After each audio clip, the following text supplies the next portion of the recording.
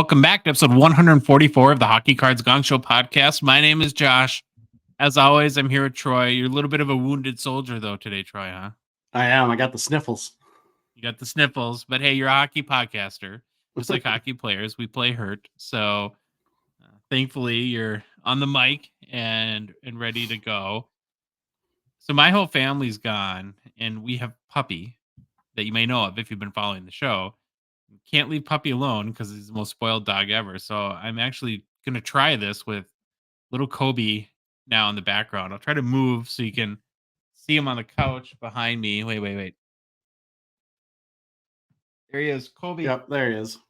There he is, right there. All right. Well, we'll see how this goes, but yeah, it should be interesting.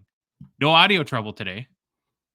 That's good. Kind of nice. The first time in literally like 6 or 7 episodes that we haven't started with a string of a whole bunch of 4-letter words that we don't say because we're a family show. So that's one positive today. I also, Troy, before we get started, have to do, well, we'll call it a quick fact check from last episode. Remember when I was really excited about being able to pronounce Jacques Plante's birthplace in Geneva, Switzerland? Yeah. Well, that dream died, Troy, because he died, unfortunately, in Geneva. But of course, Plante is 100% French Canadian. He was born in Notre Dame du Mont Carmel, Quebec. All right, there we go. I'm sure I butchered. So apologize for the inaccuracy and for robbing all of you the opportunity to see us butcher again the pronunciation of more French words. One more quick announcement before we get started is Masterclass returns. Probably most people thought it was done and dead and over because it's been a while. Been here for a long. It's been a while. We've been working on scheduling part 3 of our Masterclass series on the Cup with Cup expert and mega collector Mitch Grotman, and finally got that done. Not Mitch's fault, our fault for being so busy. We can never seem to find time to coordinate anything. But in part 3, we're going to cover the Cup years 2016-17 through the newest release, but we're going to release it on Christmas Day. So it's a great conversation. We've already recorded it. Mitch knows more about the Cup than I don't even know how to describe it. Yeah. Dude is just a wealth of knowledge, very passionate about it too, and did a great job of, I think, kind of being a tour guide through the most modern releases of the Cup. So very much looking forward to that. And then last thing before we get started is just a reminder that the Hockey Cards Gongshow podcast is a Patreon podcast, which means that we rely on support from listeners like yourself to help us cover our show expenses, produce hopefully more and better hockey card content, and fun initiatives, even in a small way to grow the hockey hobby. Very easy to support us. All you got to do is join our out of $199 support level tier via Patreon. You'll forever have that title, be one of the first 199 supporters of our show. You get insider access to our show and chat with us on a daily basis on the Gongshow Discord server. Participate like in our 5K challenge, other kind of fun stuff we do in that community there. Very easy to do, Troy. All you got to do is go to our website, hockeycardsgongshow.com, and there's a Become a Patron link at the top of the page, or you can go to the Patreon website directly, patreon.com, and search for Hockey Cards Gongshow. If you want to just go to the link in the show description for whatever podcast app you're listening to us on right now, or in the YouTube description as well. And where else? Oh, and our TikTok and Instagram profiles, there's a link there. Troy, we have 2 new members since our last show. Nice. Very grateful to Sean and Kay Sooner, who are both out of 199 members. So very, very grateful to you for your support. And I think we're get Kobe. Anything before we get started, puppy? Nope, Kobe's good. So with that, I think we're ready for the game plan, Troy. All right, on today's show, we begin with the almost greatest NHL player to wear number 44. Then it's off to Who's Hot and the Struggle Bus. Next, Patrick Smith from Upper Deck talks about the recent 2023-24 Artifacts release. We then move into new product releases. We finish the show with the Gong Show mailbag and personal pickups. Okay, Josh, previously we looked at the greatest NHL player that wore the number that matched our episode number. We ran through all the numbers, so now we are looking at the almost greatest NHL player to wear each number from the runners up in the Hockey Writers Greatest NHL Player to Wear Each Number article. The almost greatest NHL player to wear number 44 per the nominees in the Hockey Writers Greatest NHL Player to Wear Each Number article, and selected by me, is Stephane Richer. Boy, did I panic over that name for a while, but then I actually looked it up, and I think I got it right. I feel like I actually remember that name. Yeah, I always want to say Richard, but it's Richer. Yeah. I'm getting better. I'm working on it. The other nominee at number 44 was Roman Hamrlik. I was just going to say, I think you're days away from being fluent. I'm getting there closely. As a reminder, the greatest to wear number 44 was Chris Pronger. All right, so let's bring up our boy. Here he is, Stephane Richer, right winger from, I'm going to say Ripon, Quebec, Ripon. That's what I'm going on. Ripon. Great Poupon, Quebec. Great Poupon. That is a legit, like, 80s, 90s mullet. Oh, yeah. That's a sweet hockey hair. He would definitely make the Minnesota high school all hockey hair team for sure with that thing. But they don't do like the spiky on top anymore. No, it's just a competition now to make it to get as crazy as you can. All right, Richer was selected 29th overall in the 1984 NHL entry draft by the Montreal Canadiens. Richer played in 1,054 regular season NHL games over a 17-season NHL career. Stephane Richer played his first 7 seasons in the NHL with the Montreal Canadiens. He then played 5 seasons with the New Jersey Devils. He then jumped around a bit and played seasons back with Montreal, Tampa Bay, St. Louis, Pittsburgh, and ended his career with a final season with the Devils. So he kind of moved around a lot. But for his awards and accomplishments, there's no real individual stuff. However, he's a 2-time Stanley Cup winner. Over the course of his career, he had 421 goals, 398 assists for 819 points. Richer made the playoffs in 13 of 17 NHL seasons, compiling 53 goals, 45 assists for 98 points in 134 NHL playoff games played. The best season of his NHL career from a point standpoint was his 1989-90 season, where Richer had 51 goals, 40 assists for 91 points in 75 games played with the Montreal Canadiens. We will get to a little bit more on that 51 goals for Richer in fun facts. Okay. So, Josh, Richer's size, speed, and big shot made him one of the most dangerous scorers in the NHL during the late 80s and early 90s. Richer used his skill, quick skating, and his shot to beat opponents, as opposed to a hard-hitting power forward style, which was the norm of an NHL player his size. Richer was 6'2", 218 pounds, but definitely not a prototypical power forward in his play. While having a solid, really good NHL career, criticisms of Richer focused on how he seemed to only really play hard during the playoffs, which is nothing that you want to just kind of mail it in the regular season. However, if you look at his career, he had 0.78 points per game during the regular season and 0.73 points per game during the playoffs, which, I don't know, to me seems to kind of refute that criticism. Yeah. And it's kind of crazy when I was doing research on him. I found a site where you can hire him to be like a business speaker, like he's rep. And they actually had this in here, the whole criticism thing. I thought that was really interesting. Like, why would you put that in his bio? But it was okay. If you're watching on YouTube, I just noticed something. What's the best part of this photo you picked? Oh, the LNH. Yeah. Yeah, that's sweet. The French NHL. I love that. That's awesome. Going the right way too, going down. Oh yeah. That's I didn't even notice that. Good catch. All right. After retiring, Richer competed as a pairs figure skater on the CBC television reality show Battle of the Blades with Marie-France, Dubreuil. Sure, she's very popular, and I just don't know who she is. Yeah, no idea. I could not find a whole lot more about what he is doing now. However, I did find some articles of him doing charity events for the Montreal Canadiens. So it looks like he is doing some work for them. Maybe he's got our favorite ambassador role. but Yeah. he definitely is still involved in ways like charity golf tournaments. I found some stuff him doing. So that's kind of what he's at right now from what my research showed us. So for fun, interesting facts, Josh, we got quite a well, we don't get that many, but we got some interesting ones.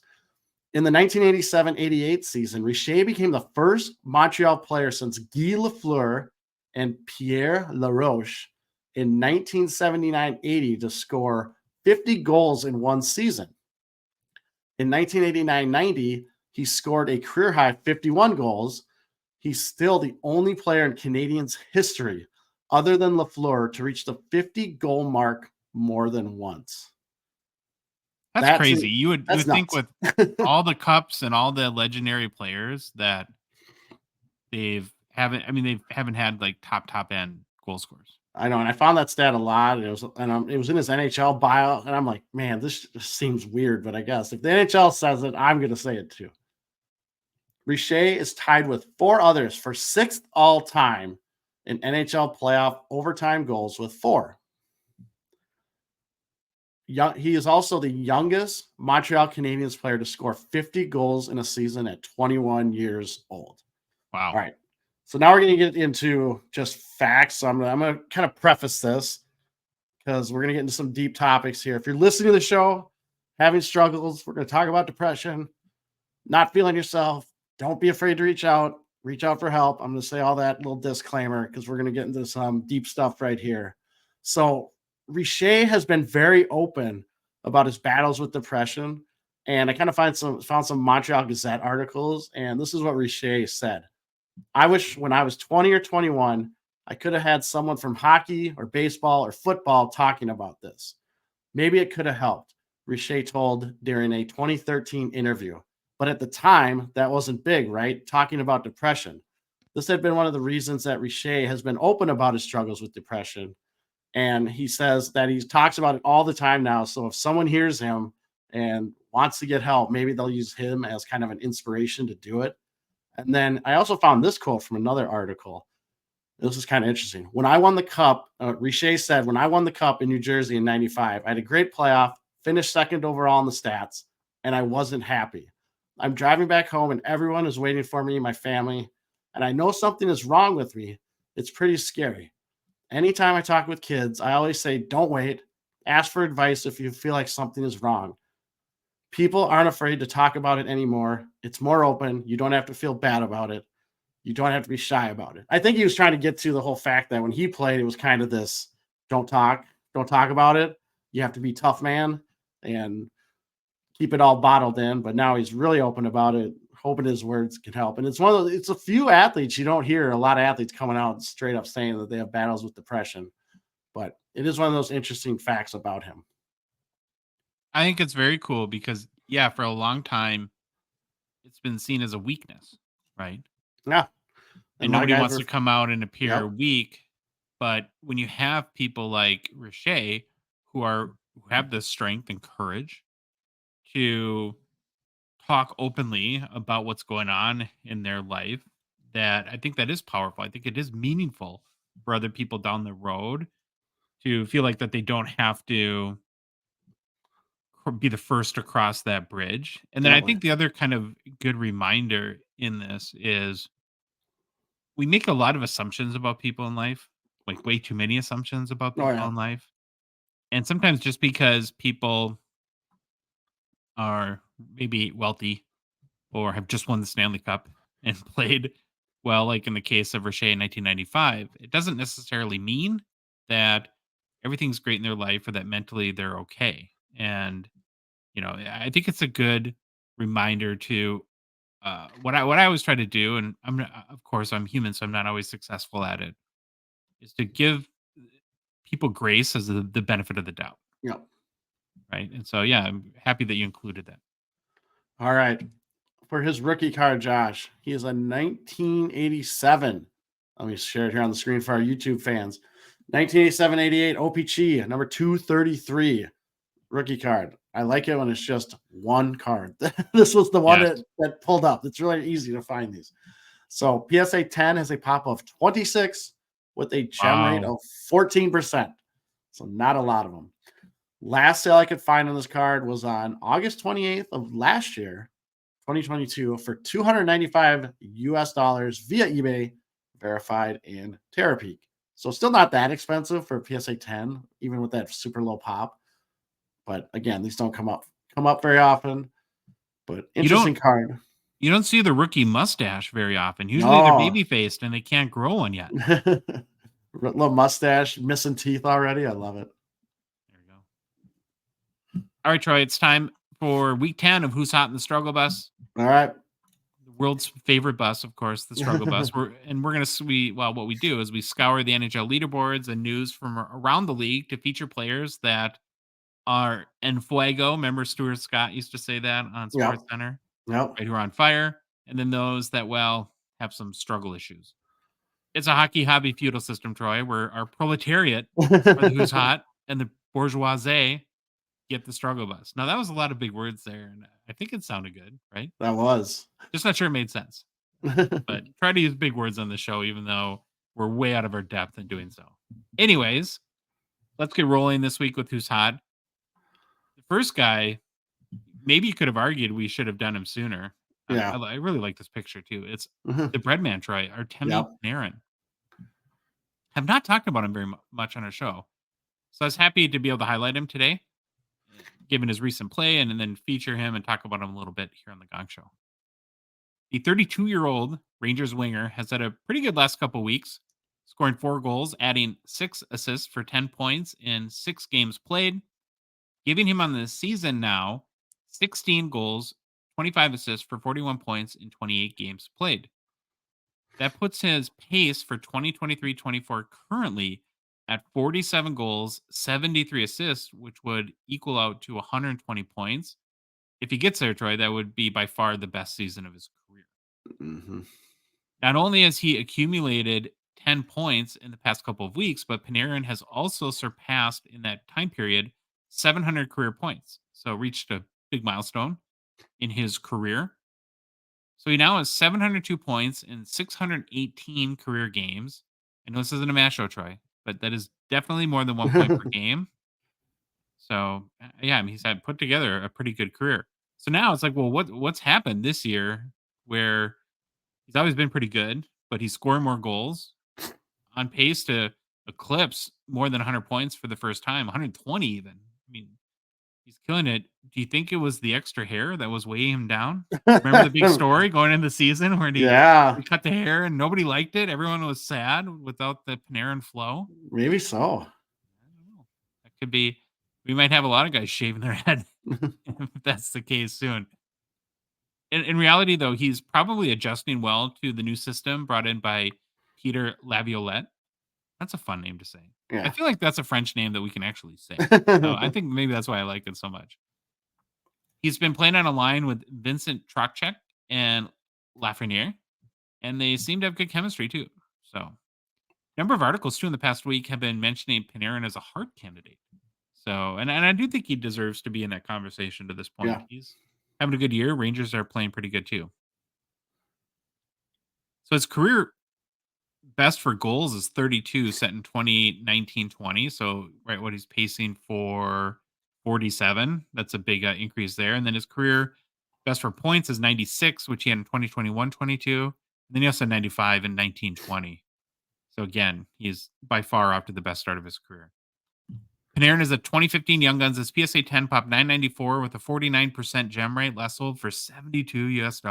Wow. On December 14th. It's down 20% the past 2 weeks. He's like in Jack Eichel land here. And 15% over the past 2 months. Another one of these great players with just a no to hobby chase, it seems like, at all, Troy.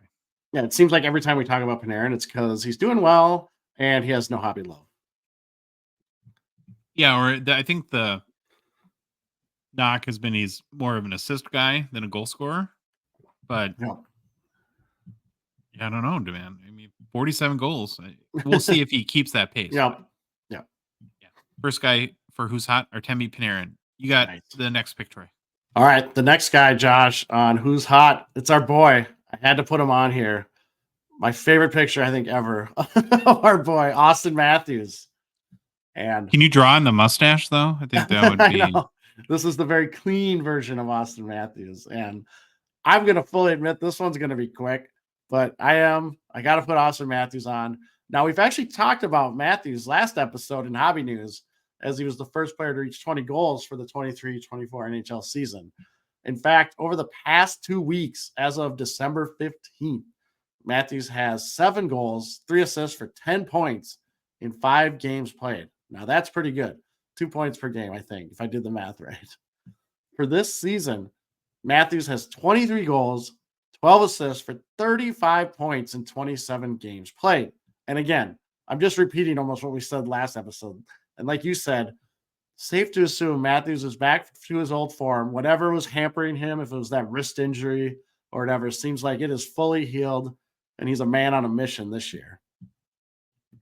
For his Young Guns, 2016 Young Guns, we've talked about this card many times on this show. PSA 10 has a pop of 3,257 with a 70% gem rate. Last sold for $894 on December 15th, which, Josh, is up 7.5% from just the last episode when it sold for $831. So again, quick hit, but he deserves to be on there. This one guy too, we probably could have put on earlier, but I decided it's now time to put him on there. He's doing fantastic. So awesome. 23 goals in 27 games is no joke. No, that's definitely no joke. Yeah. All right, Austin Matthews. Well, the last guy that we picked for who's hot this week is another first timer, Evan Bouchard. He's a 24-year-old Oilers defenseman, having a heck of a season, Troy.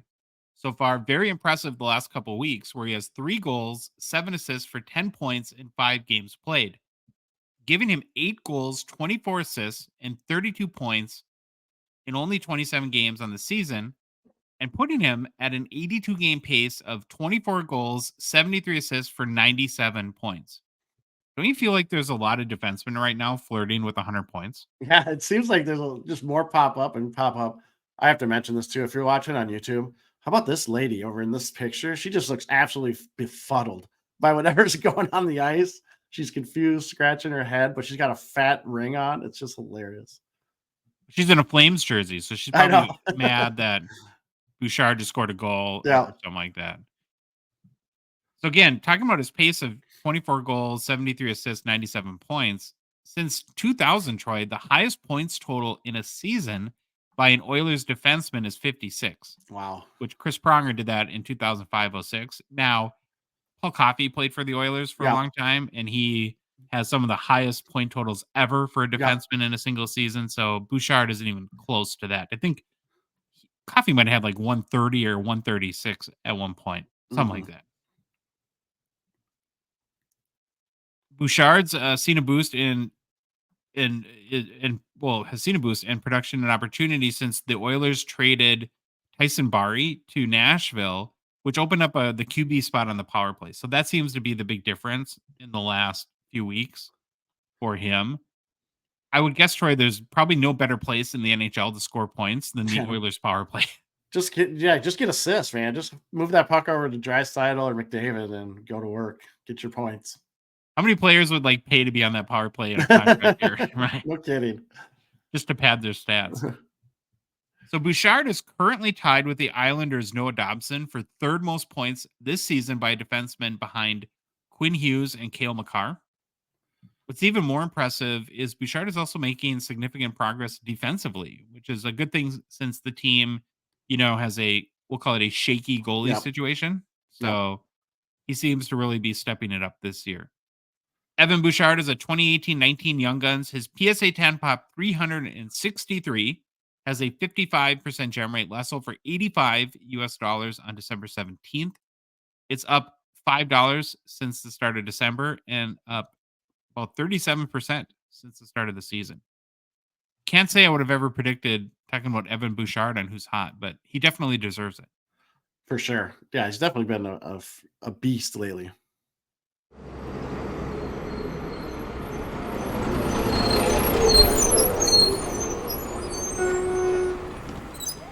All right, Troy. There she is. The struggle bus is pulled up. The doors have opened, and we're ready to see who's riding it for Week 10 in the NHL. The first guy kind of bums me out because he's one of my favorite rookies from last year. Yeah.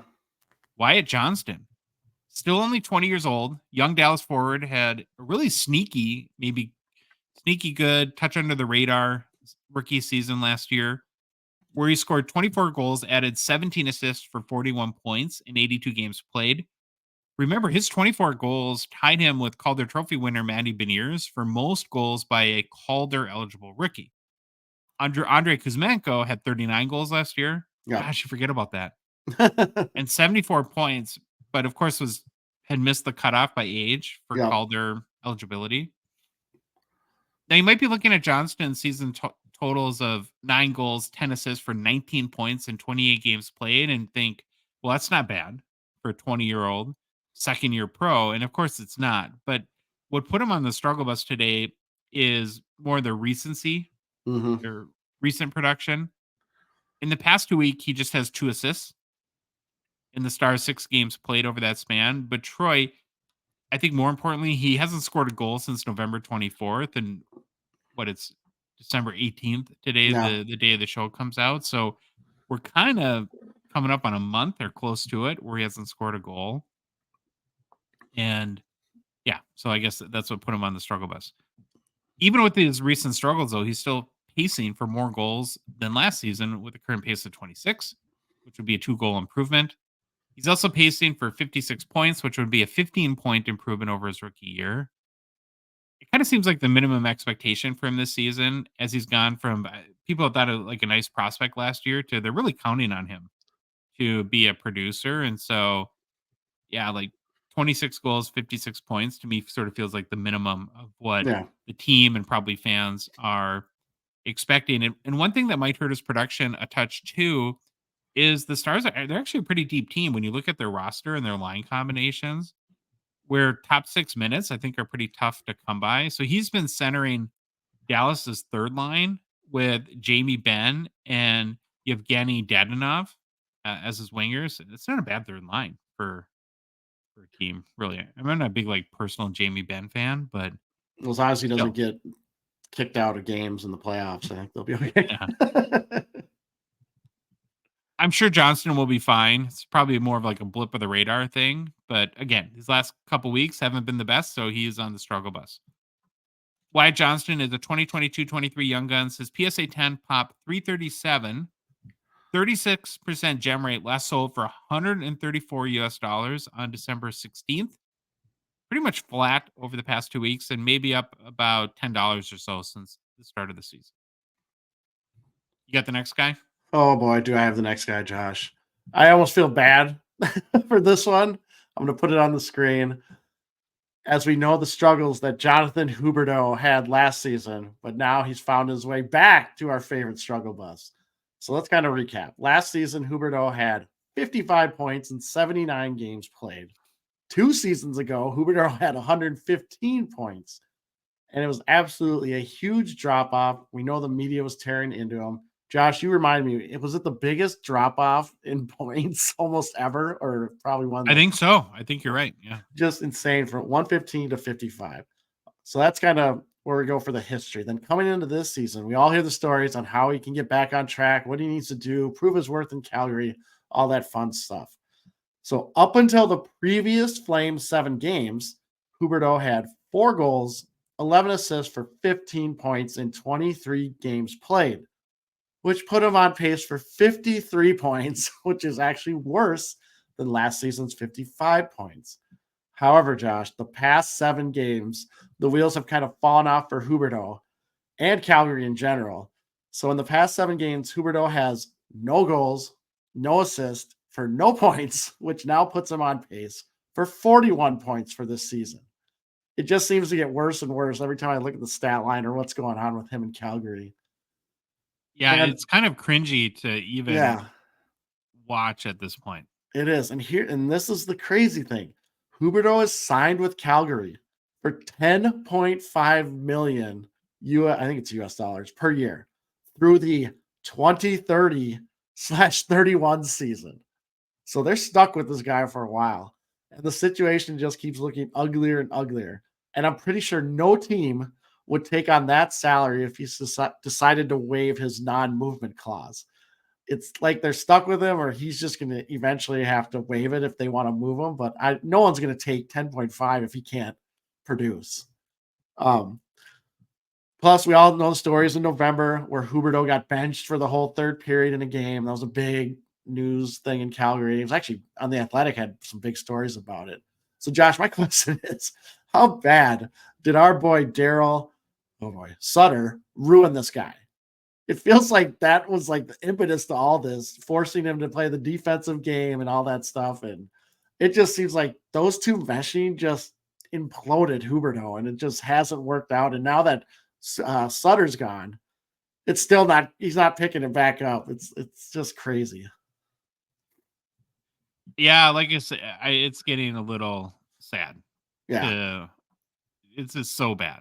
Yeah, and just I couldn't really believe that. It's just like the last 7 games, nothing, not a thing. So that definitely earns a seat on the struggle bus. As much as I hate to put him on there and I don't want to kick him, we've talked about him enough, but he definitely has a spot on the struggle bus. Huberdeau, whoa, that doesn't work if you're watching YouTube. Huberdeau is a 2013 Young Guns. PSA 10 pop is 578 with a gem rate of 69%. Last couple of sales, Josh, have been around $60 for the PSA 10. Beginning of the season, this card went around for $70. And the all-time high of this card was $525 on February 22nd of 2022. So this thing, it's lost almost 90% of its yes, value. it's in. If I mean, it's gonna. I don't know how much farther it can go down, but if he doesn't start producing in the next year or so, I don't know. This thing could be in the dollar bins. The $20 slab box you see people have at a time. Do you know if you can purchase like discount, like a book of tickets for the struggle bus, where you for frequent riders if you save money, because he might want to do that. Yeah, this is one guy I hope eventually just figures it out and goes nuts, but it's just not. It's one of those situations that just has not worked out. That would be awesome, like the Huberdeau reclamation story, which Oh my I'm sure would be gosh, big news. yeah, for sure. Scores 130 points or something like that again in a season. I Yeah, would root for that too. All right, that's who's hot in the struggle bus for week 10 in the NHL. And who's hot, of course, we had Artemi Panarin, the bread man, AM34. Evan Bouchard makes his first Who's Hot appearance. yep. And then on the struggle bus, the young Dallas winger Wyatt Johnston and our buddy John Huberdeau, who could probably sit there for all year. Let's hope not. All right, got to make a quick mention for Gongshow sponsor Slab Sharks. Very, very grateful for their support of our show. Now, while they're on a little bit of a holiday break, which we talked about in our last show, until January 3rd from their big weekly auctions, they're not closed down completely. First, they're still taking submissions as their auctions start back up after the new year. I'm guessing, Troy, those auctions are going to be just huge because I mean, 3 weeks without one, and they've been growing every week anyways. And it's also not entirely accurate that there's 0 Slab Sharks auctions. They will be doing some small auctions for relists or pre-holiday submissions. So be sure, again, to check out slabsharks.com for those. And then, of course, if you're a Canadian hockey cards collector and are looking to move some of your cards for cash, we'd recommend checking out Slab Sharks for their eBay consignment services. They make it just easy for you to sell your cards on eBay. Slab Sharks takes great photos. They complete the listings for you, answer any questions that buyers have. They hunt down payment when your auctions are won. They'll ship your cards not just to Canada, but to the US as well. And most importantly, they handle any post-sale issues. Head to slabsharks.com for complete consignment information, including payout rates, and to start consigning your cards for the New Year's auctions today, starting as they start back up in 2024. Okay, Troy, hobby news. Hobby news. Let's do it. Not really much going on. It's kind of crazy. This is about our weakest hobby news in a very long time. Not a lot of hobby drama. Okay, I suppose it's a good thing. That was a very light hobby drama whisper. Yeah, I haven't seen anything really crazy. Someone message us if we're missing some spicy details out there, but yeah, it seems kind of boring around the hobby. The Maybe hobby the hobby industry, just has the industry, not hockey, but the industry. maybe just holiday spirit going around. It's kind of Yeah. a dead time of year for a lot of companies anyways, so Yep. I'm not shocked by that. Do you have one very quick thing in news and notes? I was actually watching this game. Uh, our hometown NHL goalie, Jake Oettinger, left Friday night's game against Ottawa with a lower body injury just at 8:03 of the first period. He was stretching his right leg out to stop a shot and then was replaced by Scott Wedgwood. Now, at the time, Troy Oettinger had given up 2 goals on 2 shots. So is there any part of you that ever wonders in these situations if a goalie is more prone to get injured when they, like, just start, their game like a dumpster fire? Is that I wonder, and I'm not saying, like, it's like a mental thing even, if they just get, like, maybe uptight or I don't know. I just wanted to know if you think that ever contributes to injury. I don't know. Maybe who knows? Maybe the injury contributed. Maybe he's injured kind of before, and that's just exasperated it, and that's why he did bad. I was actually. It's funny you say you were watching. I was actually watching this game too. I had an eye on it though. It was in the background, and I remember the 2 goals on 2 shots. I was like, oh boy, this isn't good. So if you're watching YouTube, I picked a photo for Ottinger, and I have some major issues with this photo. I think he needs like a fashion consultant, an NHL goalie fashion consultant. He's wearing the black and neon yellow stars. You know, are you a Yeah, fan of those? Like, are those reverse retro? They're not really retro, are they? Or just alternate yeah. They've they've what's the word I'm looking for? I'm not as big as a fan of them as I was. I think the neon's kind of getting to me. Okay. So he's wearing the black and neon yellow with his kind of regular white and green Dallas Yeah. Stars goalie pads and helmets. It looks terrible. I'm guessing he's more comfortable in these pads. Like I know You think so? sometimes goalies, I 100%. I know sometimes Okay. goalies will have different in the NHL for sure. They might have different sets for maybe like the Winter Classic, but I don't think I would never tell a goalie to change your pads to match the color, even though it look cooler. But I'm just guessing he's way more comfortable, and or he hasn't. I mean, he might have pads that match those neons, but he hasn't worked them in. Like these NHL goalies are crazy. They work in new pads for a Yeah. long time before they show up in a game. Oh, okay. Well, because I know that like when Flower or Gus Yep. Bus, Yep. when we do reverse retro, they're rocking Yep. the matching pads. So they must practice with those a lot then. Oh, for sure. Yep. They Okay. definitely do. On the season, Ottinger is 11-7-2 in 21 games started, 2.93 goals against, Mhm. 0.901 save percentage. I haven't seen how long he's going to be out for yet, but hopefully not too long. Kind of an average season, it seems like Yep. so far for Ottinger. Yep. And then, of course, he's a 2020 Young Guns PSA 10 pop 1,035, 52% gem rate. Last sale was December 7th for $95 US, up 24% in the past month. That's kind of I crazy. feel so I own an Oettinger, but I own an SGC 10, and I feel I paid Oh, $95 for it when I bought it. It was a couple of years ago or a year and a half ago, maybe. So well, I you're bet probably that's not doing down. horrible on it then. Not horrible, but I bet it's down. We haven't done a Kaprizov check in a long time. I I might don't have to want make a to. note. I might have to make a note of that one. Okay, we're going to move on to a conversation that I had on Friday. Troy was busy at work with other stuff there with Patrick Smith from Upper Deck, who we have not talked with before. No. But Patrick is the product manager for Artifacts, and big release day on Friday with 2023-24 Artifacts hitting the shelves at your local card shops and breakers tables all across the interwebs. We're still in the infancy of the Bedard chase, and this is probably, I would guess, the biggest release yet, where you have the Yeah. opportunity for Bedard autos and patch autos. It was also before we bought our own Artifacts box. We're going to get to that in new product releases a little bit. But first, we hope you enjoy our conversation with Patrick regarding the new Artifacts release. All right, we're pleased and excited to welcome Patrick Smith for the first time on the Hockey Cards Gongshow podcast. What's up, Hey, Patrick? How are you doing, man?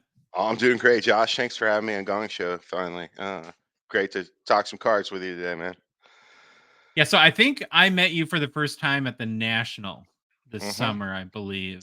You were Yeah, at the Upper Deck booth. Exactly. Yeah, I think I ran into you guys. Me and Tony were roaming the floor one day. Ran into you guys for a little bit and chatted. Came by the Yeah. booth. So I didn't it see you was at the expo though. Were you at the expo this year? I was not that. That was a Billy Celio production. Oh, He's an hey, expo guy. I love okay. going up there for that. I just didn't get a chance. I actually had a daughter back in September, so took a little bit Congrats. took the fall off. Thanks, man. Yeah, you getting any sleep or what? A little bit. Is that your first kid or have you It had more? is. Yeah, yeah. Okay. Okay. So Yeah. Big learning the change ropes. Yeah. in your household. Well, okay. So since we have not had you on the show before, I thought we'd just get some background on you because we've talked to Billy before, of course, a bunch of times. We've talked to Tony Sirianni as well. So how long have you been at Upper Deck, Patrick? Uh, I guess about 6.5 years now. I guess you could kind of call it a jack of all trades kind of thing. I literally started driving a forklift and shipping packages in the warehouse because I wanted to work here. Went to customer service. I built checklists for a couple years in product development, and I've been a product manager here for closing on about 2 years now. Well, that's cool. Way to work your way up. And okay, so you said you always wanted to work here. Were you a collector as a kid, a lifelong collector? Where I did the am a desire to I am a lifelong collector. Maybe even borderline nerd, you could say. But yeah, I love it. Collected since I was probably 9, 10 years old. Been at it since. Okay. Um, So what do you collect? What sport are you into? Mostly hockey, a little bit of baseball. Okay. Yeah, but mostly hockey and Griffey for the most part in baseball, but almost That's not straight bad. across the board hockey. Do you have a PC guy or a team that you follow? Honestly, I'm a big like '90s insert collector. Mid to late Oh, '90s, early 2000s. That's kind of my wheelhouse. As far as guys at PC, maybe '90s guys like Ronick and Amante, guys like that, that I grew up following. gotcha. What's your favorite 90s insert? Oh wow, big question.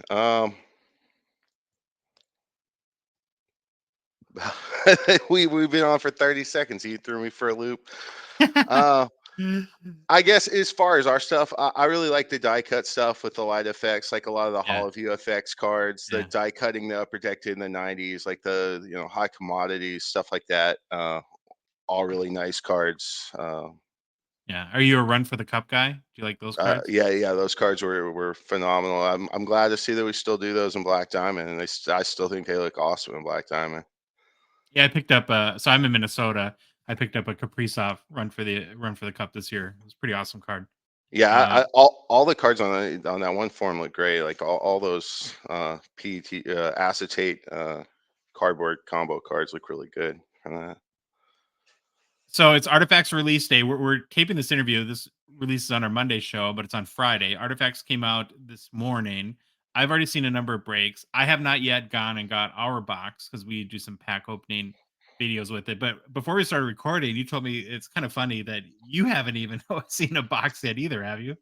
Yeah, I got to see a bit of retail a couple days ago, but I have not broken any hobby. So I'm in the same boat as you. I've watched breaks. Luckily, the breaks I have watched, people have been really happy with what they pulled. I've seen some really cool stuff come out so far. So Yeah. Well, okay. So when did you start working on Artifacts? this is actually the first year I've had artifacts. I have it this year and next year. Okay.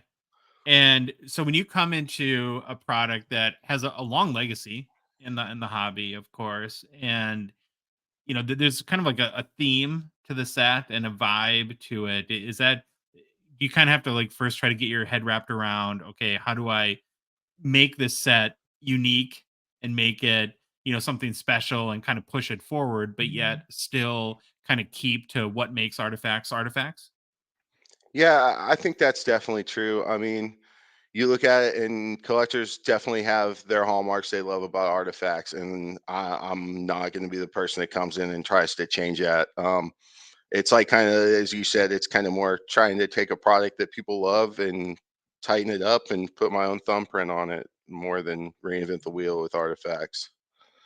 How would you describe artifacts to maybe a new collector or somebody that doesn't know? Like, how would you pitch the set to them?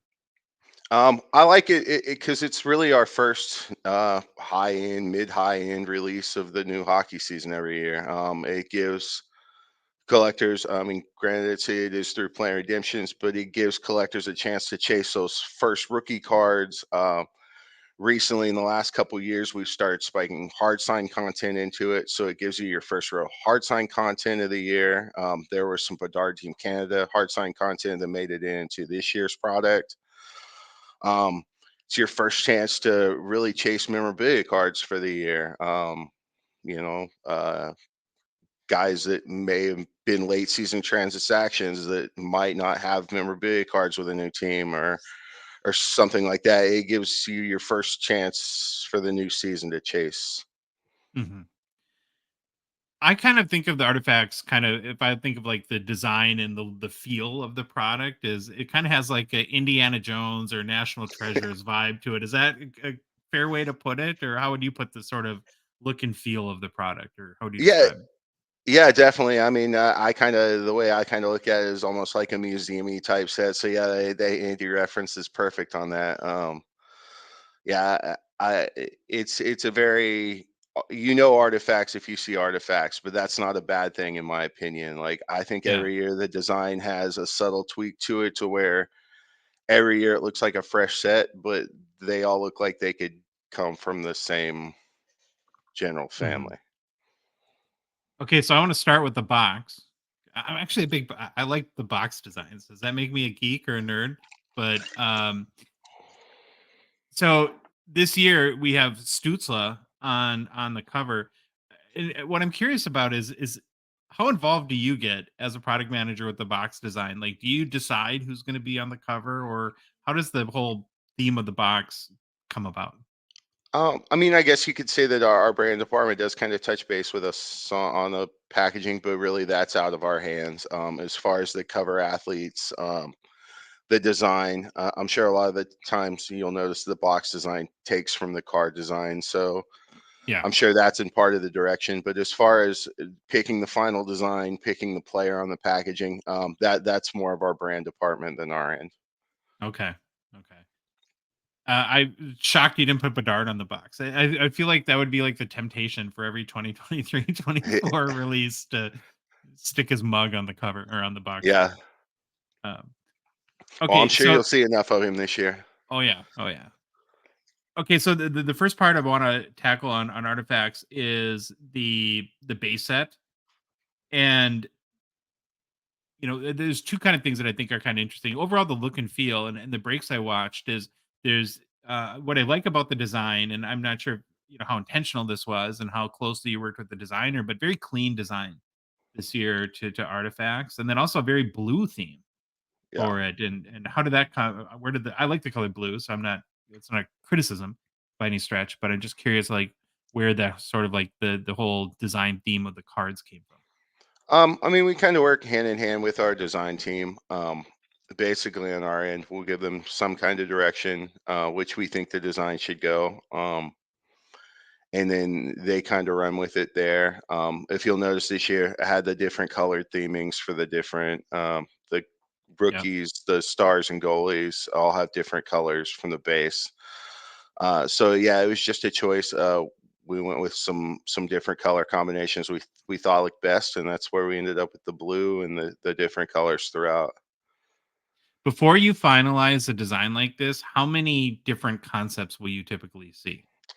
I mean, it can vary. Our designers are really good. Like I Sure. would say honestly, and this isn't like trying to kiss up to them, but honestly, I would say 1 to 2 most of the time. Usually, a lot of the times, the first design they give us, if not the final design, will be very close. Yeah. Like I said, we kind of work hand in hand with them ahead of time to kind of give them an idea of what we think would work, and vice versa. They're giving us what they think would work, and Mhm.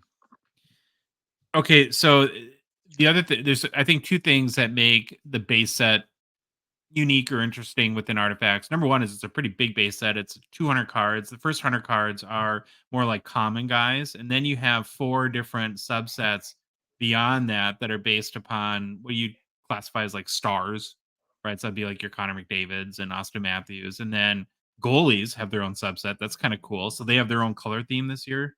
Yeah, it's a more of a teal, like light blue color theme. Oh, cool. And then veterans and then rookies that are in the base set.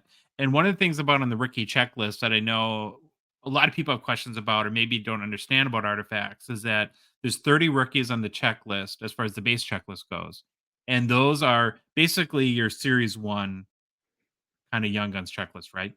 Yeah, that's a great way to look at it. Honestly, it's going to be the same crop of guys most of the time.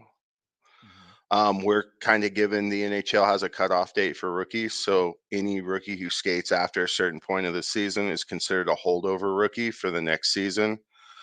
Your guys like Luke Hughes, Devin Levi, those type of guys that played at the tail end of 22-23 but missed the rookie cutoff are therefore considered holdover for the beginning of 23-24. So, yeah, early in the season, you were really good in comparing it to Series 1 because it's a lot of that same crop. It's guys who skated at the tail end of last season but after the rookie cutoff. Gotcha. And these products, we've learned from like talking to Billy and Tony that these products get made quite a while ago, right? And so, like, is the reason why like a Adam Fantilli or Connor Bedard is not in the base set rookies was this set built before the draft even? Well, yeah, definitely. Before the draft, before they skated, any of that. So basically, that's the cutoff that you see with a lot of these rookies. So with production dates and everything, obviously, if Bedard's drafted in July, he skates in October. By October, these cards have likely already printed if we're looking for a December release or close to it. So we just don't have a chance to get those guys who skate early in the new season in a Yeah. product like this. The other thing that is unique about, or I don't know how many products are like this, but I think stands out, I should say, about artifacts is that there's like a million parallels of the base. It's just a very parallel heavy product. And there's a couple that I want to talk about in Of course. particular. So I noticed this morning I saw the wood parallel come up a number of times and the leather, and there seemed to be like a printed texture on those cards. Uh, yeah, again, since I haven't gotten to breaking into the hobby, I haven't had any in my hand. But when those cards were designed, they were designed to have almost like an embossed texture of a little bit on there, so where you get that wood feel or you get that leathery feel to the substrate. Oh, that's kind of cool.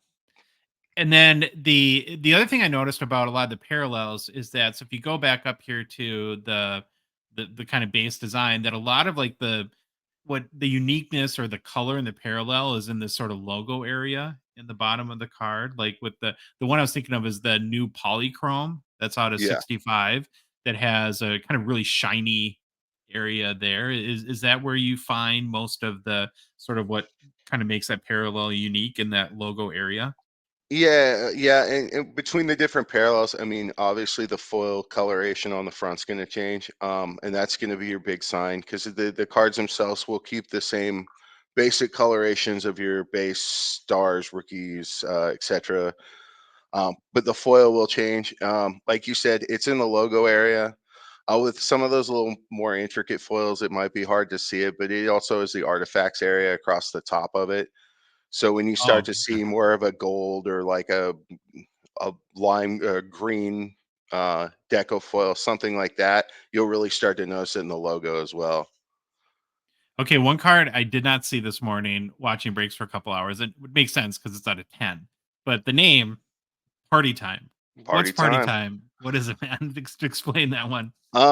Just I was looking at different patterns, and there was one that we ended up going with that it looked like confetti and balloons, and it looked like a party. And if you're pulling a card out of 10, you're pretty excited to pull it. So Sure. having yourself a little party time if you pull that card. And then I guess, lowest numbered parallel out of the base is a out of 5 black. Black. There's no 101 base parallel. And There or not. why is that decision made? Because it seems like that most sets we're seeing now 101 base parallels. And I mean, I guess maybe it's something that wouldn't be out of the question for artifacts. It's just, we touched earlier artifacts, the numbering on a lot of this stuff, the parallels have been in there for a while. Yeah. It's kind of traditional, and black has always been looked at as 5, and black is, to me, is the best parallel you can pull from artifacts. And Mhm. You want I, to keep it that way. yeah, I just don't see, undercutting what's always been looked at as a great card from this product to add another parallel. Before we kind of close out the parallel, I guess, conversation, are there any other parallels that really stood out to you that you really liked when I know you haven't seen it, had the product in hand yet, but that you were designing? The other one you touched on the different like substrate variants. I really like the plexi cards. I mean, we've come to see plexi a lot, but Yeah. our plexi, or the company that prints our plexi, I think does a phenomenal job. I think our plexi cards that we've gotten in the last year look really good. Like I said, I haven't seen a pack pulled one in person, but the samples of the plexi we got this year looked absolutely phenomenal. Yeah, and just some of those color shifts. We went with some different brighter decos this year. You'll start to notice it when you, like I said, when you see them, the Artifacts logo change in foil color, team logo, stuff like that. Okay. One of the I pulled a plexi. I don't know if it was out of Artifacts, might have been out of Trilogy, but I did see one pulled this morning, and the breaker said that the it was heavy. Like that was his comment. Is just how thick and the Yeah. mass of it. Yeah, Okay. I mean, I would think if you're familiar with that trilogy one, which that was also my product. I love those plexi cards. Was the from the early 2000s that we did in trilogy. So yeah, the artifacts ones are a lot in common with that. Same weight, big thick card. Uh, Yeah. yeah, Now I think even for someone like me who's been following this pretty closely for a number of years now, or especially somebody new, and we kind of touched a little bit on it, but I want to kind of do a deeper dive into all the whole redemptions because it's the big time redemption product. That's a big theme yeah. of artifacts, and I want to start talking about redemptions as for kind of answer maybe the why question, right? Because in general, people don't love redemptions. We know that, and but why is it important for artifacts to have so many redemptions?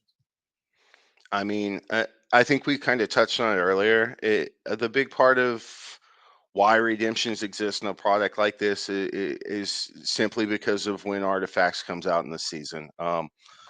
We kind of touched earlier. The NHL requires a guy to step on the ice and play in a regular season game before you can make a card of them.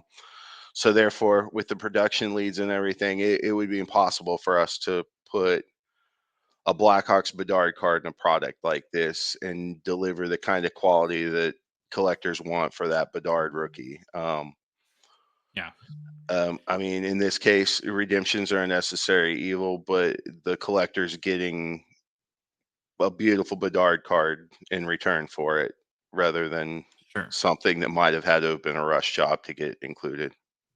Yeah, to me, it's a little bit of a catch 22, or darn if you do, darn if you don't. It's like if you want the product out early, and given the constraints around when rookie cards can appear, it almost has to be a redemption because to put Yeah. a 2023-24 set without Bedard or Fantilli or Leo Carlson or some of these guys would probably not work, but you're kind of limited. And I guess the flip side is if they were live in the packs, then this product probably wouldn't come out for 6 more months or something. Yeah, and one thing I mean I think is cool about the redemptions in this too is it kind of creates a mystery as well. Like we'll have the wild card redemptions, Obviously if you're a Ducks fan, it's probably gonna be Leo Carlson, but there's teams that have 2 or 3 good prospects, and until the checklist is released, collectors have a lot of, Yeah. speculation on those redemption cards that you wouldn't have if it was a regular rookie inserted in a pack. So Yeah. kind So of adds we'll an extra element there. we'll start there. So there's a base rookie redemption set. Basically, all 32 teams get a redemption. and then there's 18 additional wild cards. So is the purpose of that, like, let's say, well, I'll just use Chicago as an example, right? So that would allow you, I'm not saying that you did this, but to have like a Connor Bedard be one redemption and maybe like a Kevin Korchinski be another, like a second sort of notable rookie to come from that team. Exactly. Yeah, you nailed it. You're looking at 2 top 10 draft picks there for the same team. So wild card definitely gives us, some additional spots to make sure that we're getting the best rookies out there. Anaheim's a good example this year. If you look, Leo Carlson, but Mantiev, a couple of those other good rookies are really good rookies. So the wild Yep. card section still gives us a spot to get collectors those cards, even if they aren't the 1A on their team. Sure. And then you mentioned the mystery aspect of it. So that's something intentional that you guys don't publish a um sort of a menu of here's exactly what player this redemption matches up to. I mean, it's definitely not intentional, I don't think, in any way. It's kind of more of we ourselves have a deadline that we can capture rookies until, and we're going to try to get the best rookies in there that we can. And as far as holding the checklist, if any reason it's held, it's because we're going until our deadline, making changes on this list till we get the best guys in there. Okay. So it kind of be jumping the gun a little if we released a checklist ahead of time for this. Now, beyond the base rookie redemptions, then you get to the whole Roman numeral thing, Yeah. right? And explain the whole Roman numeral redemption concept. So your Roman numerals, 1 through 16, are just going to be, I'm sorry, 1 through 18. I'm not a math guy. 1 through 18. They're basically, we split them up into 3 tiers of 6. They're autographs of those guys who may not have made the original product. Usually that checklist is going to come from guys that are in your 40 card checklist, but they're just autograph versions. They go in rarity depending on obviously the player's ability and skill. Gotcha. So is it like safe to assume that Bedard is in one of these? Yeah, I would say that would be a safe assumption. Now and we'll get into Bedard a little bit, but where a lot of the live cards that are in the packs are is Team Canada. Uh, Are all the redemptions Blackhawks, or are there Team Canada redemptions too? all of the redemptions will be Blackhawks. The 2 cards he did get in the product are both Team Canada, and again, that just goes with Got it. timing on it and the ability we had to get Team Canada jerseys a year ago to put him in there. Okay. Um, and then it's sort of again the reason why sort of the checklist is as far as who's who as of right now. Does that come back to the same reason you game for the base rookie redemptions, that you're just kind of trying to go to the last minute to get the best players in there, and I don't want to force the checklist out sooner than you need to? Yeah, I think that could be said about any of those redemption cards. These Roman numerals or the material auto or material redemption cards that are in there. I mean, we just, if we can deliver the best checklist by holding it to the last moment, I mean, that's what we're gonna do. As I said earlier, before I started actually building products on this side, I actually built our checklists for a couple years. So it's something a few years artifacts experience on these redemptions. Is that really helpful to you in your role now, having that experience on the checklist side?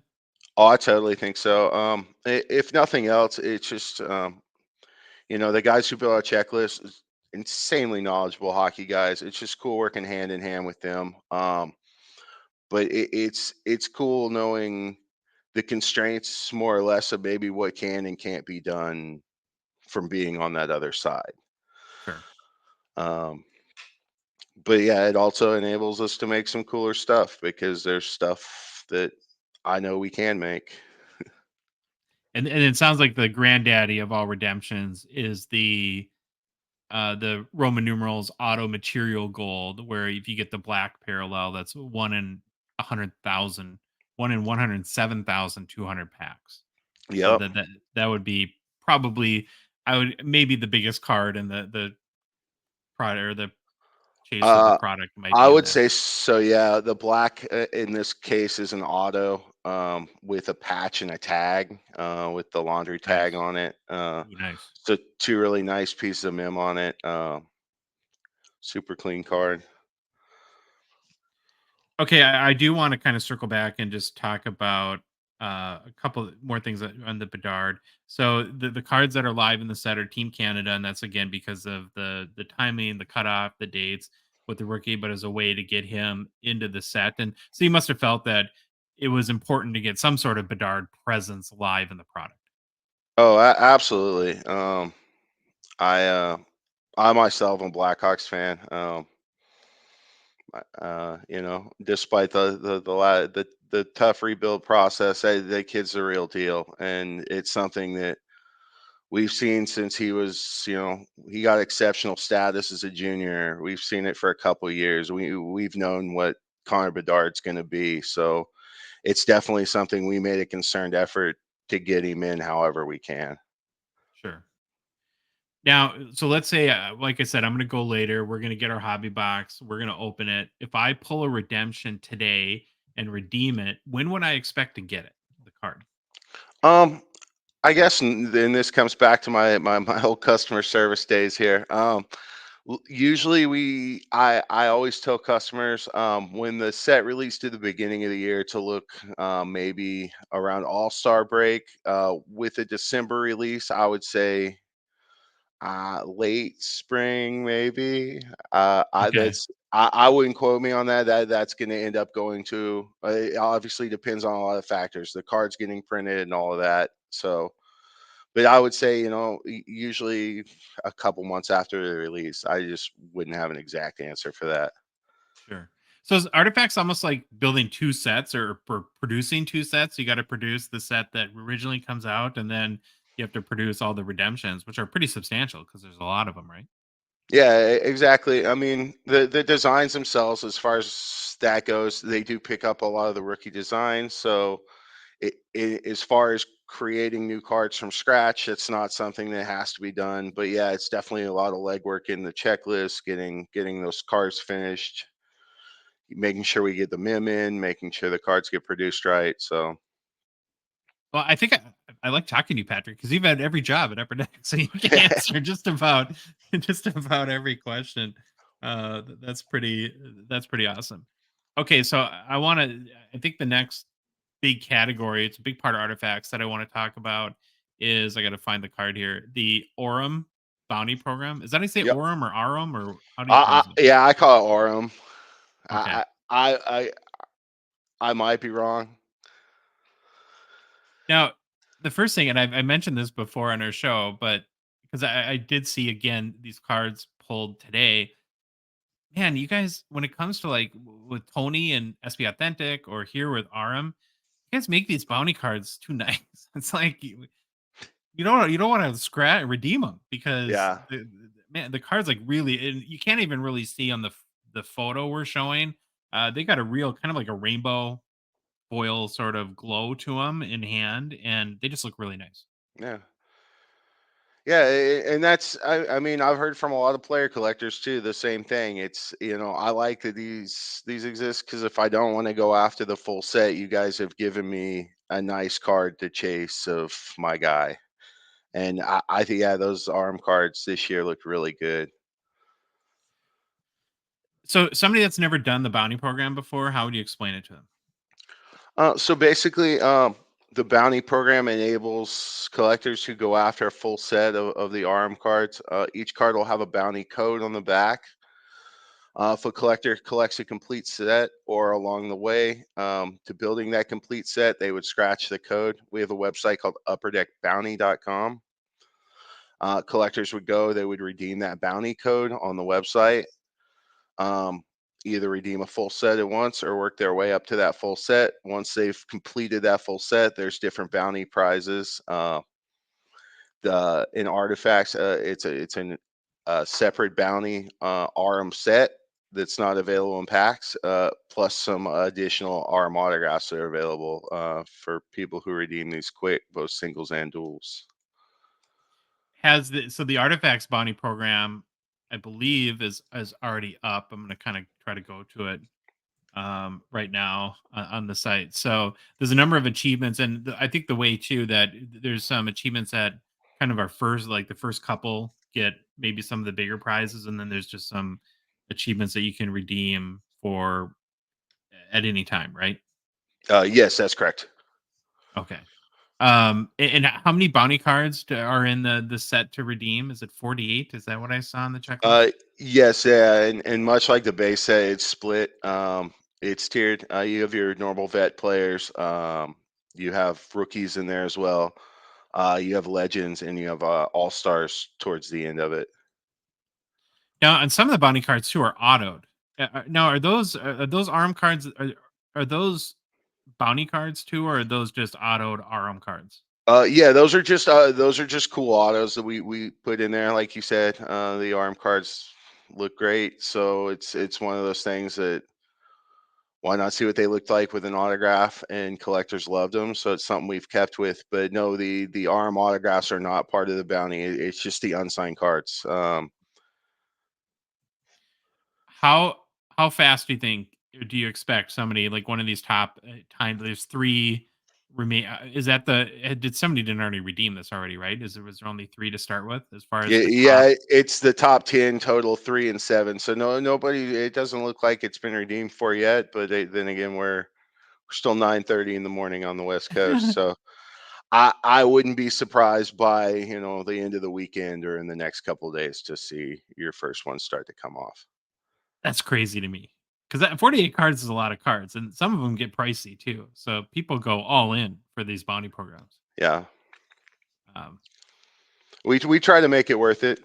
oh yeah, one thing I noticed too about and maybe it's just from the lens that I see stuff, but I get the sense too that when people redeem these, that they don't just immediately eBay them, that they're collected, because I don't see a lot of like bounty achievements on eBay or auction sites very often.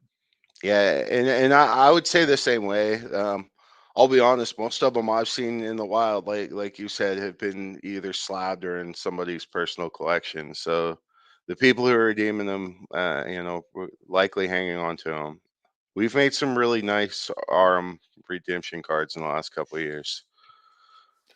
Now, so you redeem the 48 cards, and then there's two rookie achievement cards. I think it's on the checklist. So those are the Bedard and Fantilli Team Canada, right? That's kind of like the basic achievement, and then there's bigger prizes from there. Am I correct in saying that?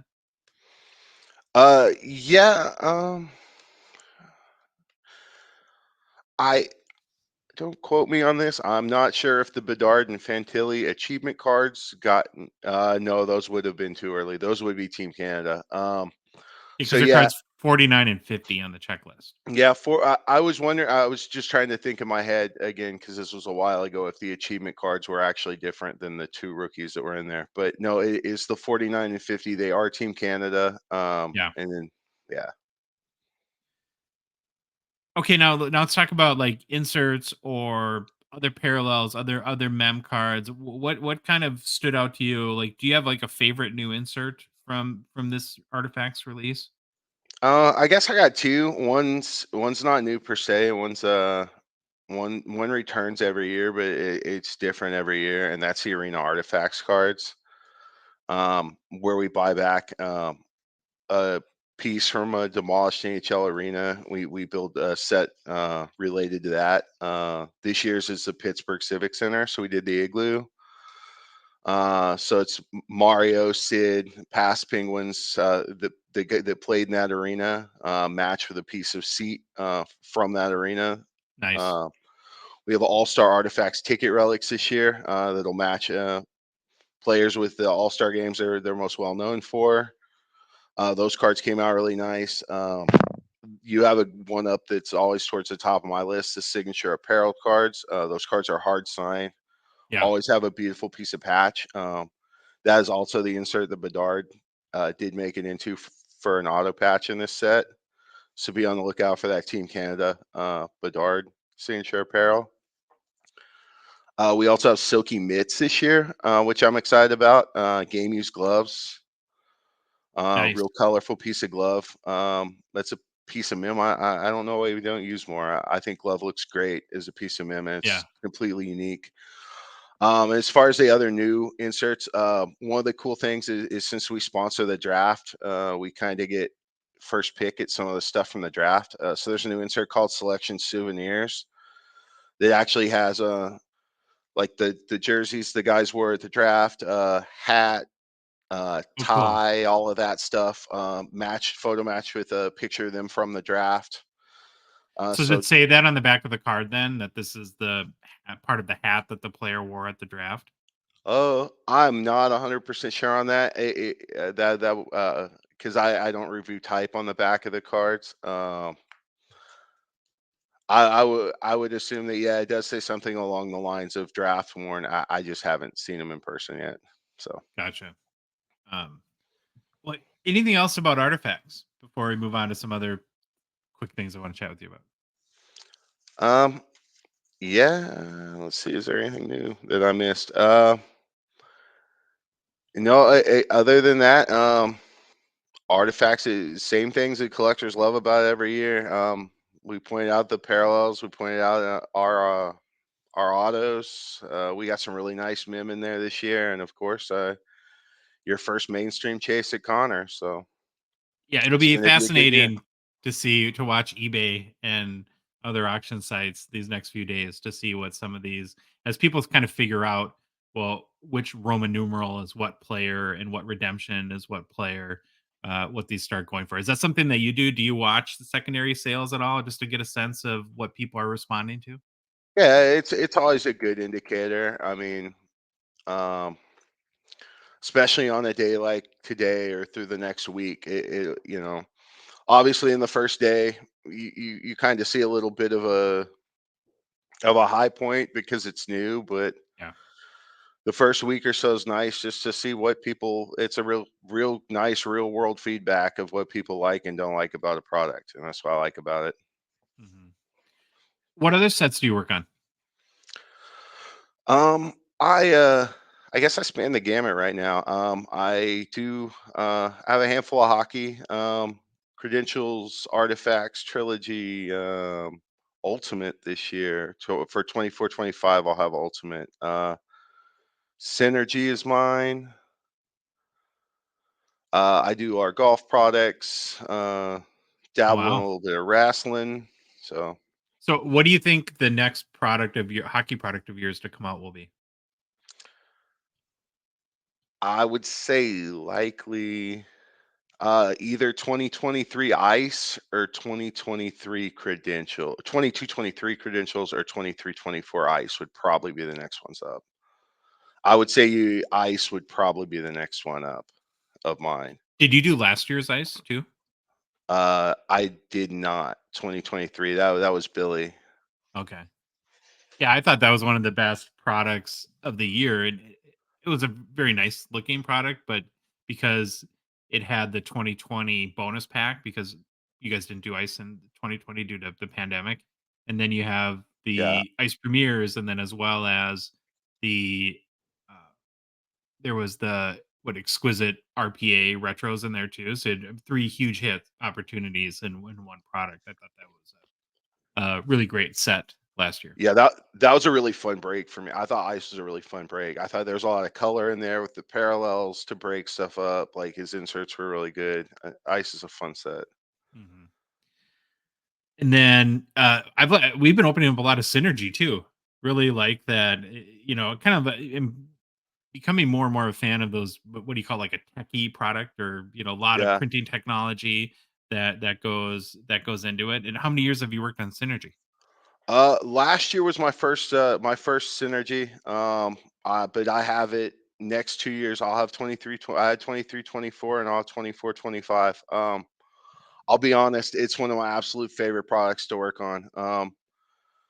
I like to look at it. It's the one place where get to have some real fun with cards and fun with tech and that, and the people who like Synergy really like Synergy, and it makes me happy because that's a really fun set to work on, a really fun set to break, I think. Yeah, I mean this in the best way possible. You can get weird doing Yeah. synergy where Yeah. you get products like the best example is the cup, where the cup is you're so kind of in a very narrow lane that you have to Yeah. stay in as far as design. And then even Artifacts at some point, right? Artifacts has that kind of that Yeah. heritage, and people have an expectation when it comes to the product. But if you want to try something crazy, and I think you guys need products like that to help break some eggs and Yeah. invent new stuff, and fail, but in a good way. And sometimes when a card doesn't work, there's maybe a part of it or a piece of printing technology that you're like, well, this card didn't work, but I really like this part of it. How can we apply that to something else? And so you need kind of that sandbox sets to be able to have fun with. Yeah, and it's exactly that way. That I can't tell you how much stuff that I've looked at for Synergy that's worked. That, like you said, parts and pieces will end up in other products. But yeah, so that's probably the most fun product I work on. Not to mention, one thing people forget is that has the lowest numbered rookie card base rookies of any set every year.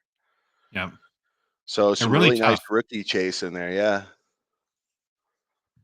All right, man. Well, hey, really appreciate you coming on, and congrats on from what I saw this morning, people were really digging the design yeah. of the set, and so you and your team did a great job there, and I'm sure we'll talk to you down the road as some of your other sets come up. Yeah, of course, Josh. Let me know. Shoot me a message. Let me know what you think after you open your box. I'd love to hear some feedback from you on it. All right, man. We'll do that. All right, Patrick. Awesome. Have a good Thank you one. so much for having me. Yep. All right, we're back. Thanks again to Patrick for joining the show. Hey, you weren't at the national, so I don't. Have you ever met Patrick? I have not, I don't think. He wasn't at the Toronto Expo, was he? No, just Billy was, I think, from Yeah. product manager stable there at Upper Deck.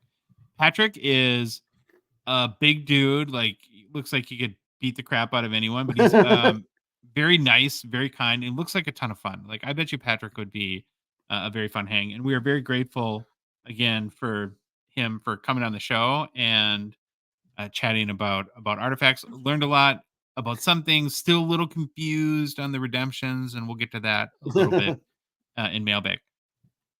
We're going to switch now to new product releases. So the first thing that we got to do is another correction. Jeez, it's like Oh, jeez.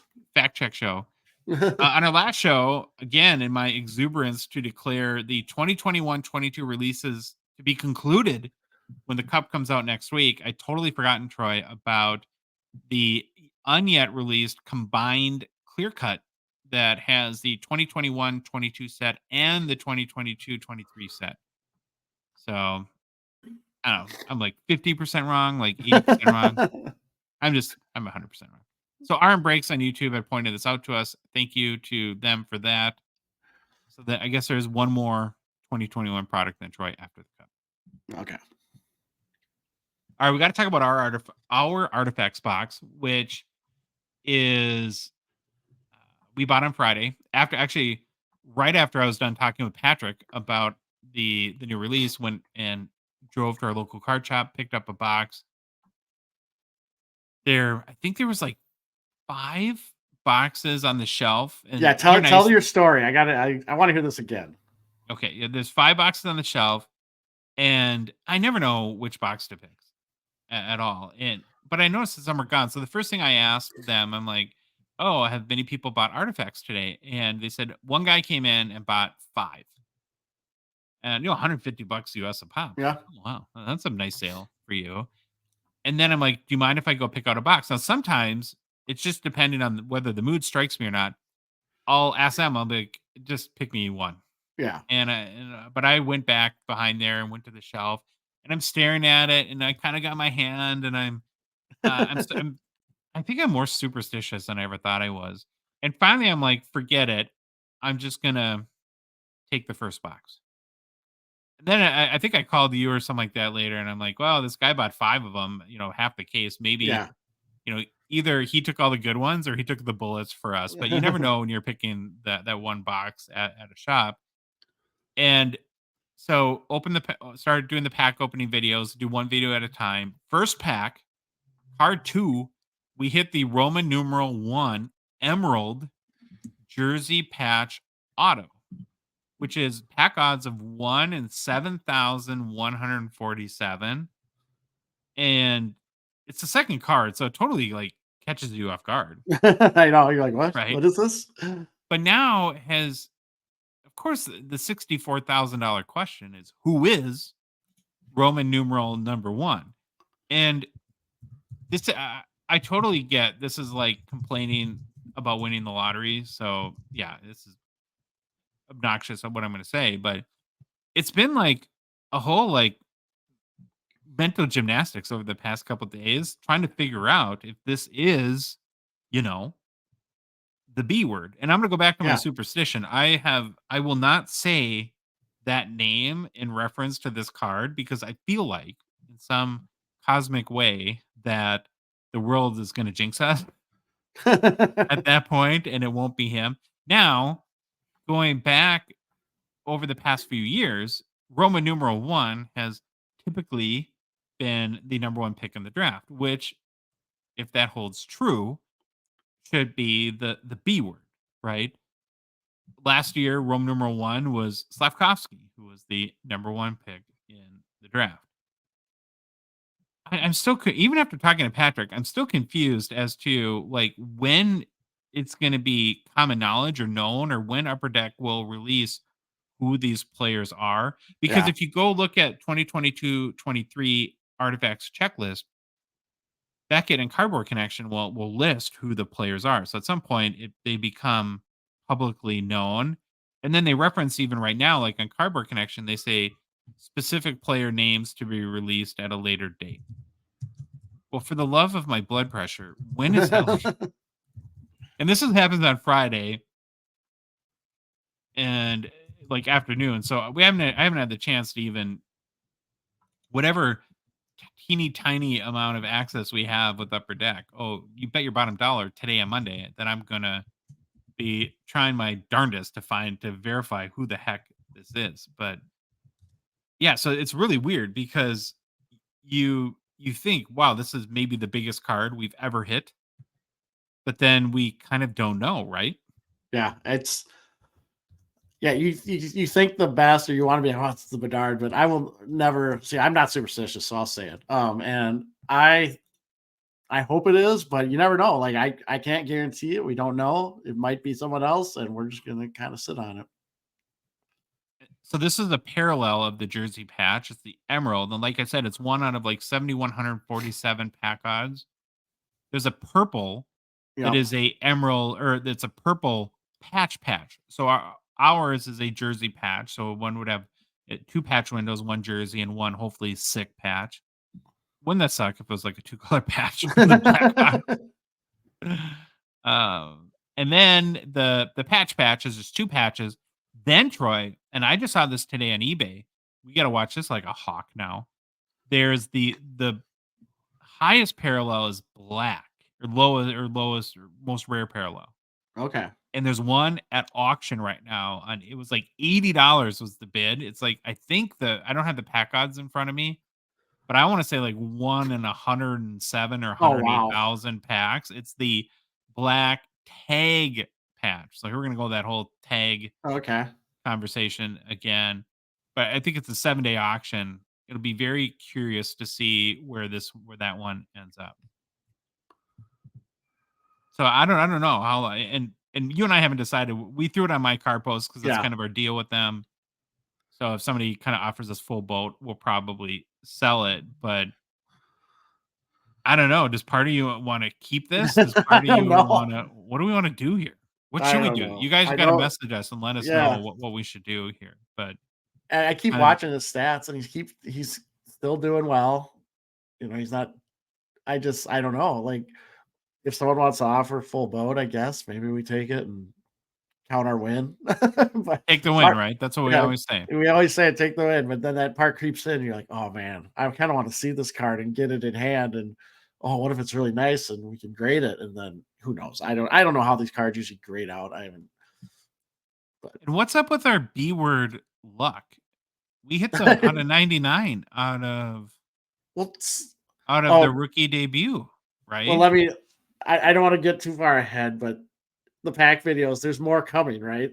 Oh, yeah. Well, we'll go there right now. We're Okay. not gonna so our rope to complain about getting crappy boxes is Yeah, we're now done, over right? because we're done. We Yep. can't with a straight face, or we're just being idiots if we try to complain anymore. Because yeah, we got the out of 99 Bedard out of rookie debut. We pulled this card, the Roman numeral #1 Emerald Jersey Patch Redemption, Yep. and this box ain't done, folks. The video that drops today is another crazy big card, and then it still goes after that. This I think is the definitely gonna part be our best box ever. yeah, the part I love though is that we actually bought it at the LCS and you're like doing the mojo on it, trying to Ouija board it, whichever one jumped out at you, and then finally you said, screw it, taking the top one. Just I took the just first one, yeah. right? Have we gotta go Yeah. tell them that we got this card out of there from their shop. I bet they'll be happy. Well, then the other stuff that's coming in the Oh box yeah, too. yeah. So yeah, you won't see us complaining about getting crappy box, even though we have had our fair share. So well, that's the other thing, and I don't think people were doing this like super seriously, but there was a few, well, probably like more than a handful, sort of Josh and Troy now get loaded boxes from Upper Deck. And I'm Oh just yeah. like, hold the phone. Like, we have hundreds of pack opening videos of pure nothing, Yep. right? It would be the worst loaded box strategy ever. I So can tell you yeah, this one was not from Upper Deck. This was we'll give 'em a shout out. Absolute Sports Cards, Savage, Minnesota. yeah, Absolute Sports Cards. Shout out to them. Very, very good guys. Yeah, so this box did not come from Upper Deck too, just in case, just to be very crystal clear on that. Now, if #1 is not Connor Bedard, We'll complain more about our luck. No, I don't know. complain, I think Yeah. I'll be institutionalized at that point. So, no, pretty exciting though. And then, like I said, be sure to watch our future pack videos, including the one today on release day on Instagram, as the nuttiness will continue. Okay, looking really quickly as to what's next. Of course, we have 2021-22, the Cup coming out on Wednesday. Then, and Patrick mentioned this too in our interview, but it looks like 2022-23 Ice or 2022-23 Credentials could be the next Okay. product. Quickly going to mention PWCC, they're a sponsor of our show. Super grateful to them for their support. Only a few days left, Troy, to get your bids in for the December PWCC Premier Auction. 6 hockey cards in the auction, as we remember. One of them that I do want to highlight, though, very specifically is the 2015 The Cup Connor McDavid Gold Foil RPA out of 12, which is raw, but of course NBA authenticated. Out of 12, very rare card. Doesn't come up for sale very often. Only other sale of this card was in August of 2018 when a BGS9 copy sold in the PWCC Weekly for 39,100 US. Last time I checked, and you just had the screen up, so it might Yeah, even I have can gotten look. another bid. Oh, 70,000 70. Yeah. is what it was at. I'm super curious to see where this one ends up, because this is that case where a lot of time where we talk about maybe how like hockey cards get weird in Yep. some respect, where we have these very specific cards that we tend to hold up above others. Like the Future Watch Auto out of 999 is typically worth more than a lot of rookie autographs out of 99 in other products. I mean, that one's out of 1,000. Or why is the base Young Guns with such high print runs carry so much value? And we will kind of give the same example of the cup, where the true RPA out of 99 will typically have higher value than a lot of the cup parallels. But man, this is out of 12, Troy, Yeah. and it's a sick patch. Yep. So I just want to see like how, where this one ends up in relation to a out of 99 raw true RPA. Do you think this has a chance to? I didn't even look as to what those go for. Typically, we know the PSA 10 sold for like 228 or something like that. Yeah. 1,000. That's the highest. But looking at a raw one, Well, it's gotta yeah, be this is what I don't get about the hobby. Yeah, and it's at 70 now. So when does its premiere end? Is it is this It like ends a on the 21st. Oh, you said 21st. Yeah, Okay. it ends on the 21st. I guess there's more room to run for it. I don't know how much. Does it get to six figures? Big card though. And Yeah. we talk about all the time too in hockey where it's not as like investor or flipper driven. So we don't see cards like this really Yeah. often. And so I want to try to be more aware and more present about stopping and reflecting on some of these cards going forward. But like I said, can't wait to see where it ends up. And if you're not on like the level of the PWCC premiere, if you're not like Troy and a big roller, you're more like me, where the PWCC weekly is more your speed. The current PWCC weekly auction is live, ends on Christmas Eve. You could have sugar plums dancing in your head and new cards in your PC all in one day. Would that be great? I did take a sneak peek at the auction. There's some big cards and really nice cards in the weekly. So I'm looking forward to our Thursday show where we highlight some of our favorite vintage and modern cards. So for the premier auction, the weekly auction, and their fixed price marketplace, you can always find tons of hockey cards at pwccmarketplace.com. Big mailbag today, Troy.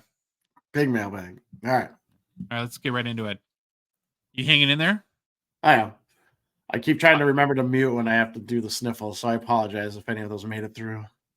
Puppy's doing fine. He's just chilling. So I think everyone's okay.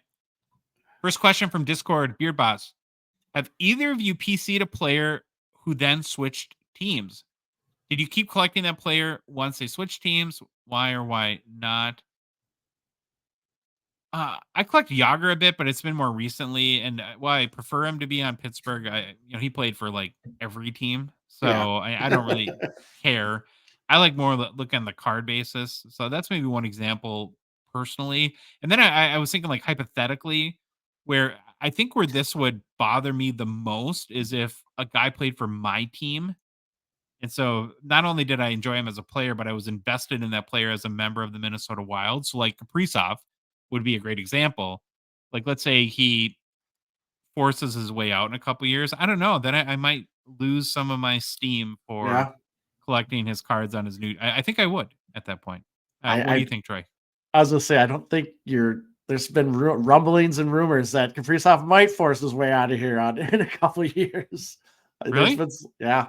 Oh yeah. There's some very deep like conspiracy theories about him not liking Minnesota, just not liking living here. But I'm like, you're from Russia. We're the closest thing to Russia. Like besides, where have you seen that? Oh, I'll send it to you. It's deep in the bowels. Great. Now I'm going to be all impressed about that. Now I'm going to be freaking out about Roman numeral number 1. I've never cared about Roman numerals so much in my life. Now I'm going to be freaking out about this too. No, I don't think any of the guys on PC have ever switched teams. Like Bossy, Lindbergh didn't have that long. But if I did PC a guy and he changed, as long as I don't think it wouldn't bother me at all. I'd keep PCing him. Okay. Next question from Discord. Our boy H. Digler is nutty. Calling out all Isles fans, trying to get attention to his snooze fest leaves. Has this happened before and has it affected card prices positively? We've seen enough of the negative drop in cards because of player shenanigans. Basically, do you agree he is being a whiny snitch? So this is, I think, very inside Spit and Chicklets sort of reference to Paul Bissonnette. I think he was kind of chirping the Isles in their play, and Isles, he chirps a lot of fans of teams he doesn't root for. It's a huge show. It's got to be the biggest hockey card podcast. Has to. No, just hockey podcast, not hockey card, but or hockey. Yeah. It's bigger than the Gong Show. Yeah, yeah, way bigger. Factor of like 40 million. Yeah. So, but I just don't know if it really impacts the card market that much. I think a character like Bissonnette, people tend to, take what he says with a grain of salt, right? Because it's kind of coming half in jest, probably.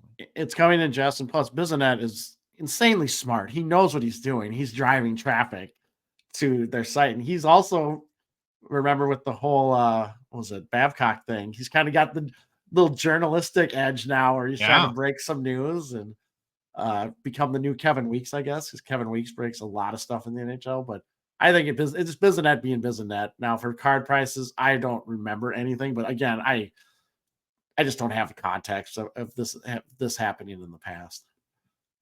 There's not a big goal scorer to chase on the Leafs anyway, or Isles anyways. So there is on the Leafs for sure. All right, Discord, Philadelphia Flyagram.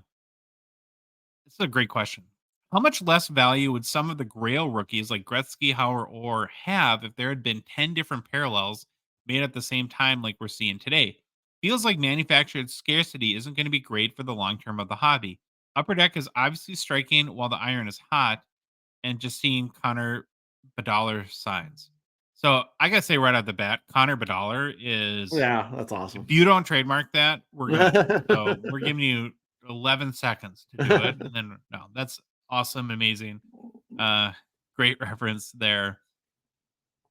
And to me, that's the big appeal of vintage cards is their scarcity, not just Gretzky PSA 10s, but when you look about any of them, and the high grade pop counts are super small.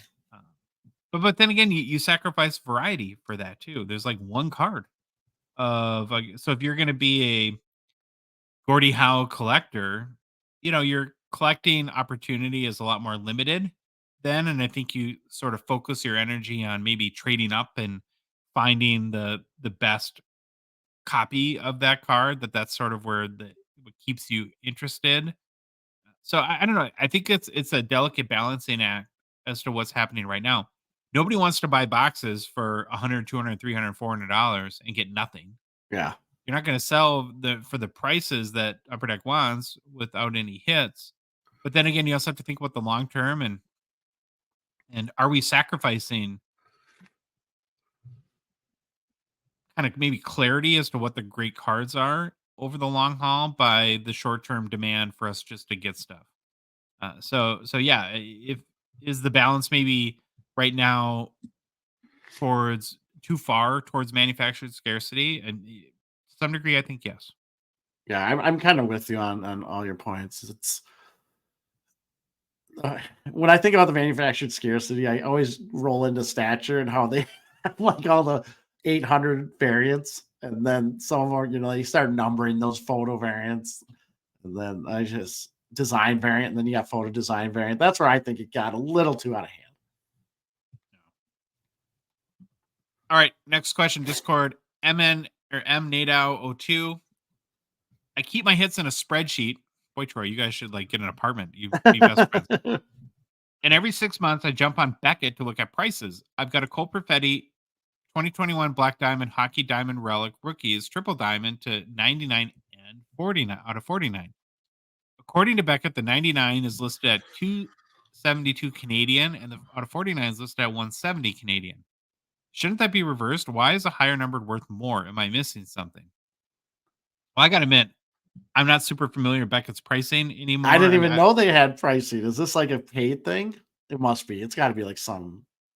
I know they still have a magazine because it's at Absolute, the card shop we go to. Oh, I didn't even. Okay, so they do have pricing. All right. Yeah, I typically use like the comp system. So like the most recent sale off of eBay, obviously we now verify that they're paid for. That's a big thing but I would think though that in any world, I would never sell if it's the same card in just different parallels. I would never sell the out of 49 for less than the out of 99. So it just must be some sort of issue in Beckett's process there. I would have to guess. Yeah, it's very curious. I need to research that more. Don't sometimes with the cup, haven't we talked about that where 249 sometimes will sell for more? Or is that me not remembering? Yeah, but I don't think that holds true for Black Diamond. Black Diamond. Unless I'm totally missing something too. Yeah. All right, next question, Facebook. Nick England. Is Ovi a good investment right now with his slump? So, Troy, I feel pretty confident that whether or not Ovi ultimately breaks Gretzky's goal record, there's going to be a good long-term market for him. He's one of the best players of all time. He's one of the best scorers of all time. He's the number 2 scorer of all time.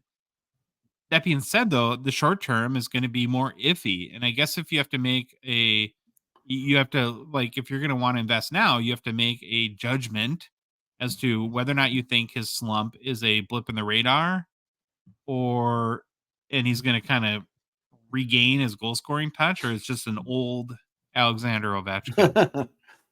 And his slump, and I guess the general softness in the card market has made his cards much more affordable than a year ago. So now is a good time to buy if you have. And so I think that investing in the long term, I'm very comfortable with Ovechkin. Short term flips, who knows? And a lot dicier, and I'd probably stay away. Yeah. Anything to add to that, Troy? No, I'm kind of with you. If I'm a PC in him, man, I love any dip I can find to him and start buying away.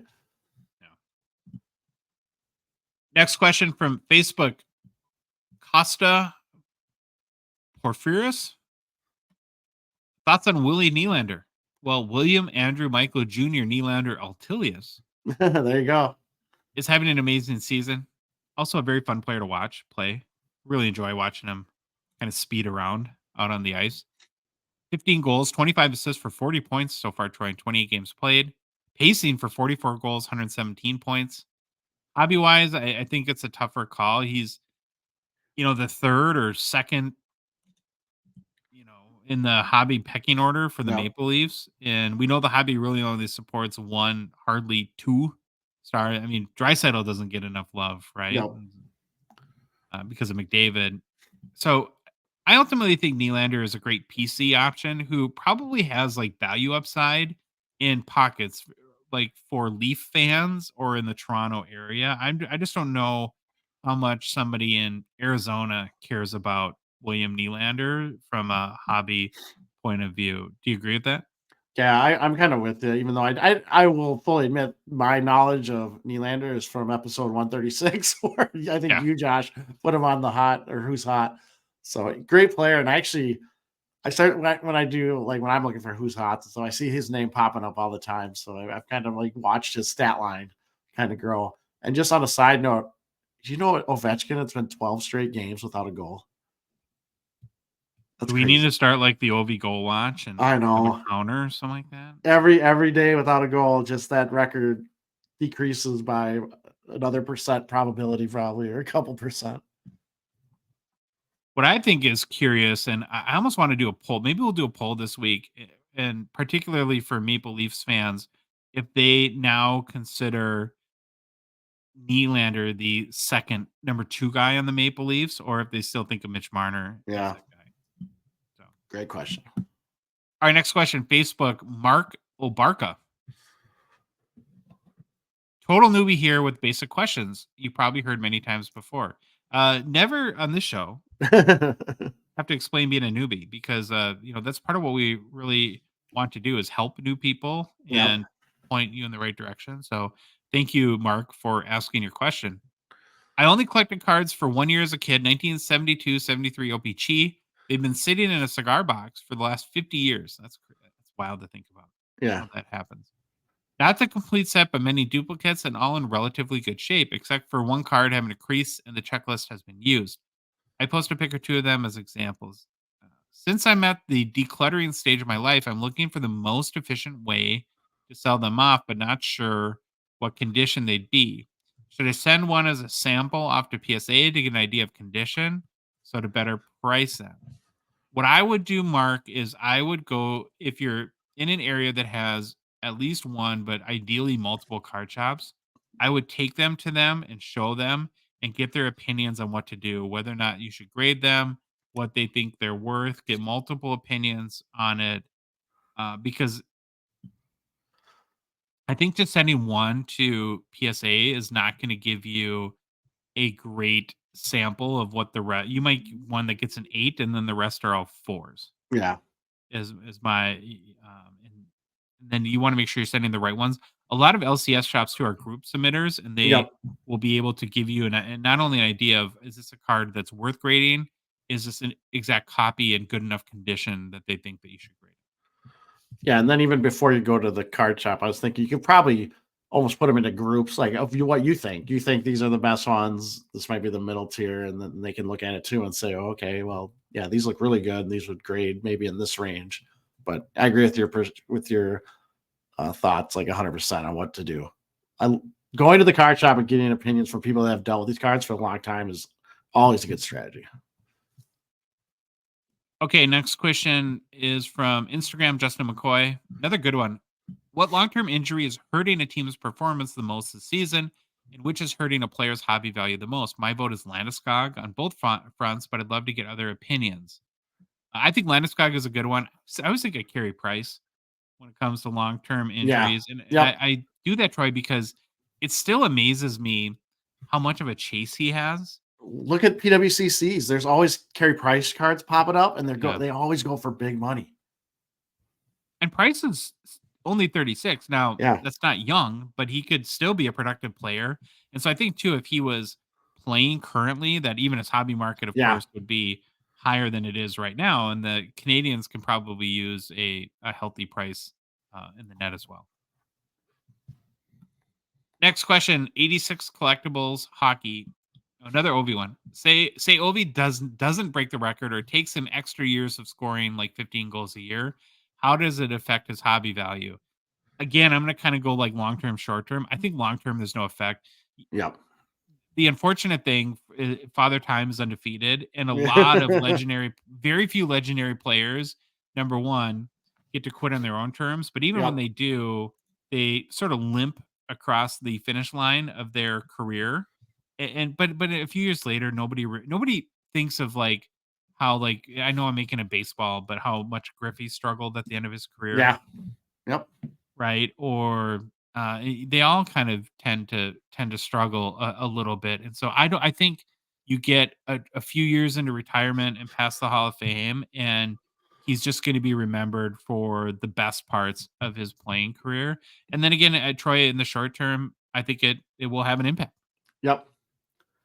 For sure. 100%. And it's just crazy how I'm focusing in on your Father Time's undefeated and how it can just be like immediate or so sudden. Because he last year, 75 points, 42 goals. I just looked it up. And so we all thought, oh yeah, even if he drops a little bit, he'll be fine. I mean, he's on pace for 15 goals right now. Oh, So I mean, he's got 5 and 27. So it's kind of just so sudden. I think that's maybe part of the Ovi stuff is just the shock of what is going on right now. yeah. I haven't paid enough attention, so I don't really have a good read as to why, but I should probably start reading some more articles. Yeah. All right, kind of another Ovi question from Instagram, PatBass87. Is Nicholas Backstrom the most underrated? Ovechkin is scoreless without Backstrom. So Backstrom is good. I really think he's obviously a really good player. But Troy, if we're talking about the hobby and most underappreciated, Yeah. I have to go with Kucherov. Kucherov, 100%. We've talked about him enough and looked at his stuff where it's like, how is this guy? Like, how is he? You just see, he not... has 50 points. Yeah, he's unbelievable. It's unbelievable. And as a defenseman, Yeah, as a defense, it's crazy how he's doing this as a defenseman. if you either think you're an idiot or you get the joke that we keep beating on the ground, or both. Or both. That works too. Next Instagram, Hobby Boot. Does Upper Deck tell players what to write on inscribed cards? Not Future Watch autos, but like Sign of the Times, etc. Or do the players have some say? Now, I've never asked Upper Deck this directly, but just kind of knowing and taking bits and pieces from what they've told us, I think they will suggest inscriptions, but I'm 100% positive that the players always have a say. There's no way Upper Deck could force a player. And I think the best example I could think of, Troy, is I can guarantee you Upper Deck would love a Wayne Gretzky auto with the great one inscribed, but there's no way he would ever do that. Yeah. No, I agree with you. I think I don't see it going well for Upper Deck telling players what to put on there because some of these players, that's just not how they live. Like they don't get told what to do. I just don't think some of them would appreciate that. And I was trying to think as this question was being read if I know we've seen inscriptions where it's kind of funny or some random stuff or like a little drawing, but I can't remember the specific ones off the top of my head. Well, you could even go to the Bobby Orr example where he won't allow patches, right? Because he doesn't want jerseys cut up. So, yeah, they definitely do have a say. Next question, Facebook, Phil LeBurge. Why does the NHLPA force exclusivity rights for sports cards? Are they the ones to blame? Same issues with other sports, players associations, ? It seems like they are the ones ruining the hobby. I love by not letting competition in. It's a big club, and only Upper Deck, Panini, and Fanatics can be a part of it, seems to me. The 90s were a great time with companies like Pacific, Zenith, Donruss, Topps, OPC, Leaf, Fleer, Bauman, Parker's, Pinnacle, etc., all competing against each other to create great new products each year. So I totally agree with the sentiment. I don't know. I think it's the NHLPA and the NHL. I think it's a joint. I think so too. I think it's a joint deal. And I think they do it because it's just easier for them to have one partner. I mean, I think it just comes down to that. But where I agree with the sentiment, Troy, is it does stifle innovation and competition. And competition is good. Yep. Competition gives you a reason to maybe have better customer service or improve the quality of your products or innovate more and push the envelope and try to be more creative. Yeah, I love, again, I love the sentiment of this question too. It's funny, like some of the companies that he's reading out or you were reading off in the 90s, I think those have all been purchased by these three. Like Parker's is under under Upper Deck now. Fleer. It's funny that they're all almost purchased into other companies, but yeah, this is, I think it comes down to these companies or the leagues and the players associations just want one partner right now, and if they get paid enough money to do it, they'll do it. It's a lot easier for them. Next question, Discord MKE breaks. Why is the cup so expensive? Well, I could think of two reasons. Number one, it's Upper Deck's premier set, and the top brand in the hierarchy always seems to charge the most, or command the most value. And then I'd also assume to some degree, Troy, it's the most expensive set for Upper Deck to make. Yeah, but I don't know where the balance of those two is. It's just I kind of think of it like the Chevy Tahoe, the GMC Yukon, and the Cadillac Escalade are all the same car. They just have a little bit nicer kind of window dressings on them. yeah. But the Cadillac is $100,000 top value, or 110, and the Tahoe is $50,000. And that's sort of like the cup versus other sets. That they're just going to command that premium price because it's the premium product. Yeah, and plus, if you even think about it from the perspective of when it jumped to what $1,254 or $1,200 for the 2020 21 release of the cup, which was, I think that's a record price. It must have worked. They must have sold because they didn't drop the new release of the cup very much. $100, I think, right? 1,100. So I think of it. Part of it's too economics. I mean, these companies, they're trying to make the most profit they can. And if it sells like they want it to, they'll just keep the price where it is. All right. Great question here from our friend Jay, Top Shelf Cookie Sniper 88. Listen to his podcast. He's got a hockey card podcast and love having more and more content creators in the community.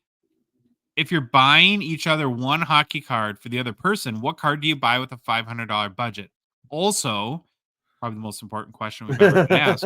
Would you rather be O'Reilly or Slavkovsky? So I'll let you go first, Troy. All right, Josh, I am buying you a 1971 OPC Guy Lafleur PSA 5. That would be right within that budget.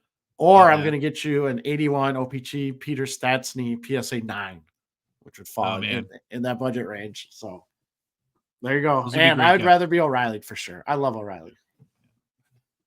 Now, Troy, I did some research. I spent too much time on this. Like, I did not have enough time to do this, but Jay got me all down a rabbit hole here. I think I could get you kind of a nice Mike Bossy limited logos for $500. Like, well, if I found the right deal. You can call Mitch. He probably has a couple. Oh, would you like that? Would you be happy with that? Oh, that'd be awesome. I remember when the one was it? I think Slab Sharks had one. I think it was like, yeah. So is that one where if you could go back in time that you might be a little more aggressive about? Or? Yeah, maybe. Now that it's probably never showing up ever again. I'm also 100% Team O'Reilly. He's having actually a pretty good year over there in Nashville. He's sneaky. He came in to change things, Josh. Remember, he went in the locker room. Culture of change, agent of change. Right? Yeah, he's an agent of change. Okay, Instagram, Distress Clouds. Could you guys spotlight Joseph Woll? Well, sure we can. We'll add him to the list of candidates for the next Rookie Deep Dive. Doesn't he? Should we spotlight? Is he one with one of those funny Young Guns cards? He has a JCPenney portrait. Oh, yes, he does. I love it. He's holding the stick with this glove over it. Oh. Yes. We'll just spotlight that card on how ridiculous it looks. All right, next one, Instagram, Jay Fetty, sending good vibes your way. Well, thanks, Jay. That's my kind Back of at you, man. question right there. Yeah, there we go. We'll send great vibes your way too. All right, next one, Discord, 2-cent hockey cards. Why doesn't UD list which player is the redemption for product Yeah, artifact? exactly. Yes. Why? Not doing so leads to all sorts of speculation and people possibly paying for what they think is a B card. Not going to say it. But it ends up being another player. At this point in the season, would you think that it is clear which player would represent each team? So Patrick did say that they try to maximize their opportunity with the checklist by not revealing the card names, so they go as long as possible to hit their cutoff dates. I think that is part true, of course, but part of me thinks that they like messing with my head. That's what Okay. I'm going to choose to go with. Upper Deck is screwing with my mental health. So could they also be doing it just in case they don't?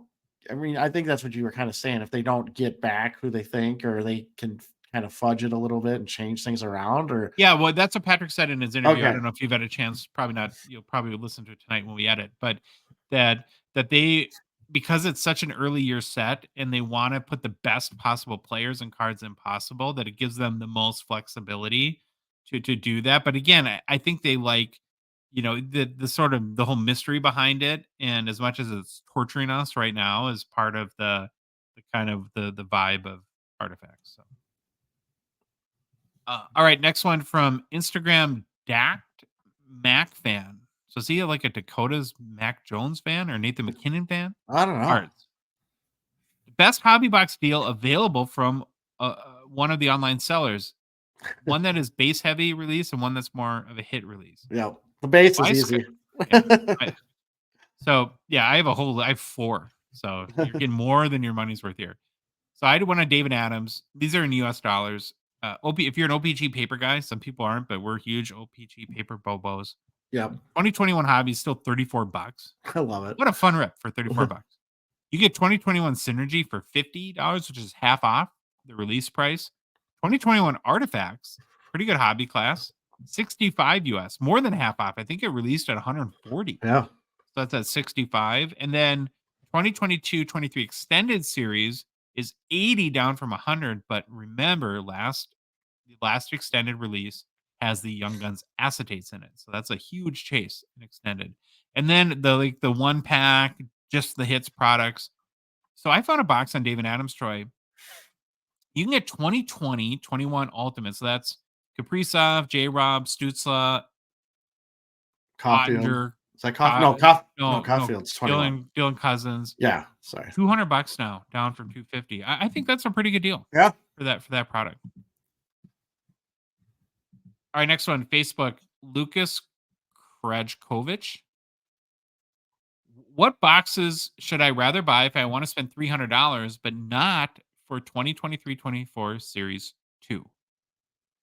So again, this sent me down the new product release rabbit hole.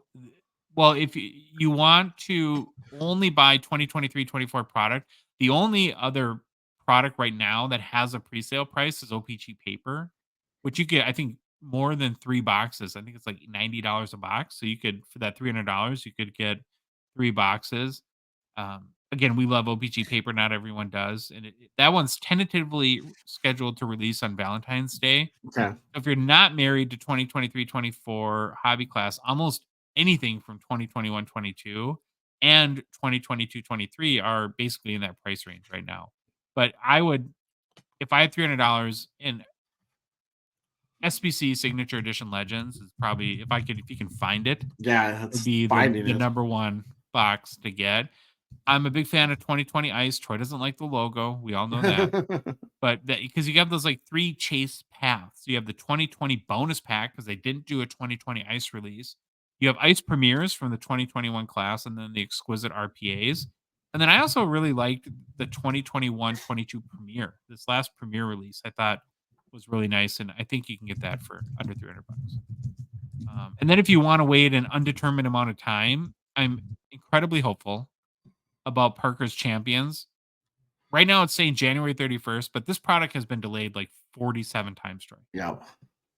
So And I think you get a couple boxes of Parker's Champions for $300. All right, last question. It's a big one from Instagram, the Loud Collector, our good friend Phil. If the quote-unquote blue team, which would be the Maple Leafs, one of Phil's, I think, second favorite team, wink, wink, is Troy's Canadian team, what's Josh's? Great question, Phil. Now, as a fluent French-speaking person, you'd think I would gravitate to Montreal. I do like them. But I'm actually going to go with Ottawa here. That's Okay. which is Loud Collector's team, and I'll give you my reasons. I'm a big fan of Timmy Stu, as we know, even though we've heard he's a little whiny this year, so that's kind of sad. Big fan of the Loud Collector, who loves the Senators. And then most importantly, Troy, as a Wild fan, I'm already completely comfortable with disappointment and agony. So, and that seems like that's all that happens as being a Ottawa Senators fan as well. There you go. Great questions. Thank you, everyone, for contributing. Now we're going to end with personal pickups. Troy, you've been sick and sad. Did you buy any hockey cards? Sick and sad. I'm not buying anything. I'm watching the auction will be over by the time the show goes out, but the PWCC weekly, the number 100, couple of cards I am eyeballing, but we'll see if I end up. Well, what buying happened them. with the Gretzky stature? It's $450 now. So when we had it on the show, it was $250. Now it's $450. Still You got not. to check our Instagram DM. Somebody sent you another option. I didn't of even see those. that. Yeah, I'll tell you in a minute. Okay, I actually had two personal pickups. One of them is a 2021-22 Fleer Ultra Kirill Kaprizov. Now I want to return it if he's going to want out of a team. Gold medallions out of 200. I just love these cards and been wanting Kaprizov. It is crazy they're out of 200. Yeah. Interesting. And then I picked up this card, kind of basically off of our PWCC preview when we looked at the Ovechkin, but a 2012-13 Fleer Retro Wayne Gretzky Championship hardware, PSA 9. It's a pop of 6. There's 2 PSA 10s. I paid like 110 all in with shipping for it. And again, it's kind of fits the mold of the firsts. Yeah. As I've been trying to, with all we talked about like all the manufactured scarcity coming out. So really kind of gravitating to the first. This is the first hockey championship hardware, the first Wayne Gretzky. I think a card pops better in hand too. I'm hoping for that. Yeah. And so yeah, for $100, I thought it was kind of a cool pick. Nice. All right, that's our show. If you like the episode, please leave a rating, review on Apple, Spotify, or whatever podcast app you listen to us on. If you love the show, you want to support us, you want to chat with us on the Hockey Cards Gongshow Discord server, please consider a $5 a month donation. Join our out of $1.99 support level tier on Patreon. The link is in the show description on the podcast app if you're listening to us on one of those, or in YouTube. In our Instagram or TikTok profile, you go to our website, hockeycardsgongshow.com, click on the Become a Patron link at the top of the page, or just go to Patreon's website at patreon.com and search for Hockey Cards Gongshow. We are on social media, so please follow us on Instagram, Facebook, TikTok, Twitter, and YouTube. And Troy, the Hockey Cards Gongshow podcast is a production of Dollar Box Ventures, LLC. Have an awesome week. Hope you feel better, Troy, and we'll chat with you all on Thursday.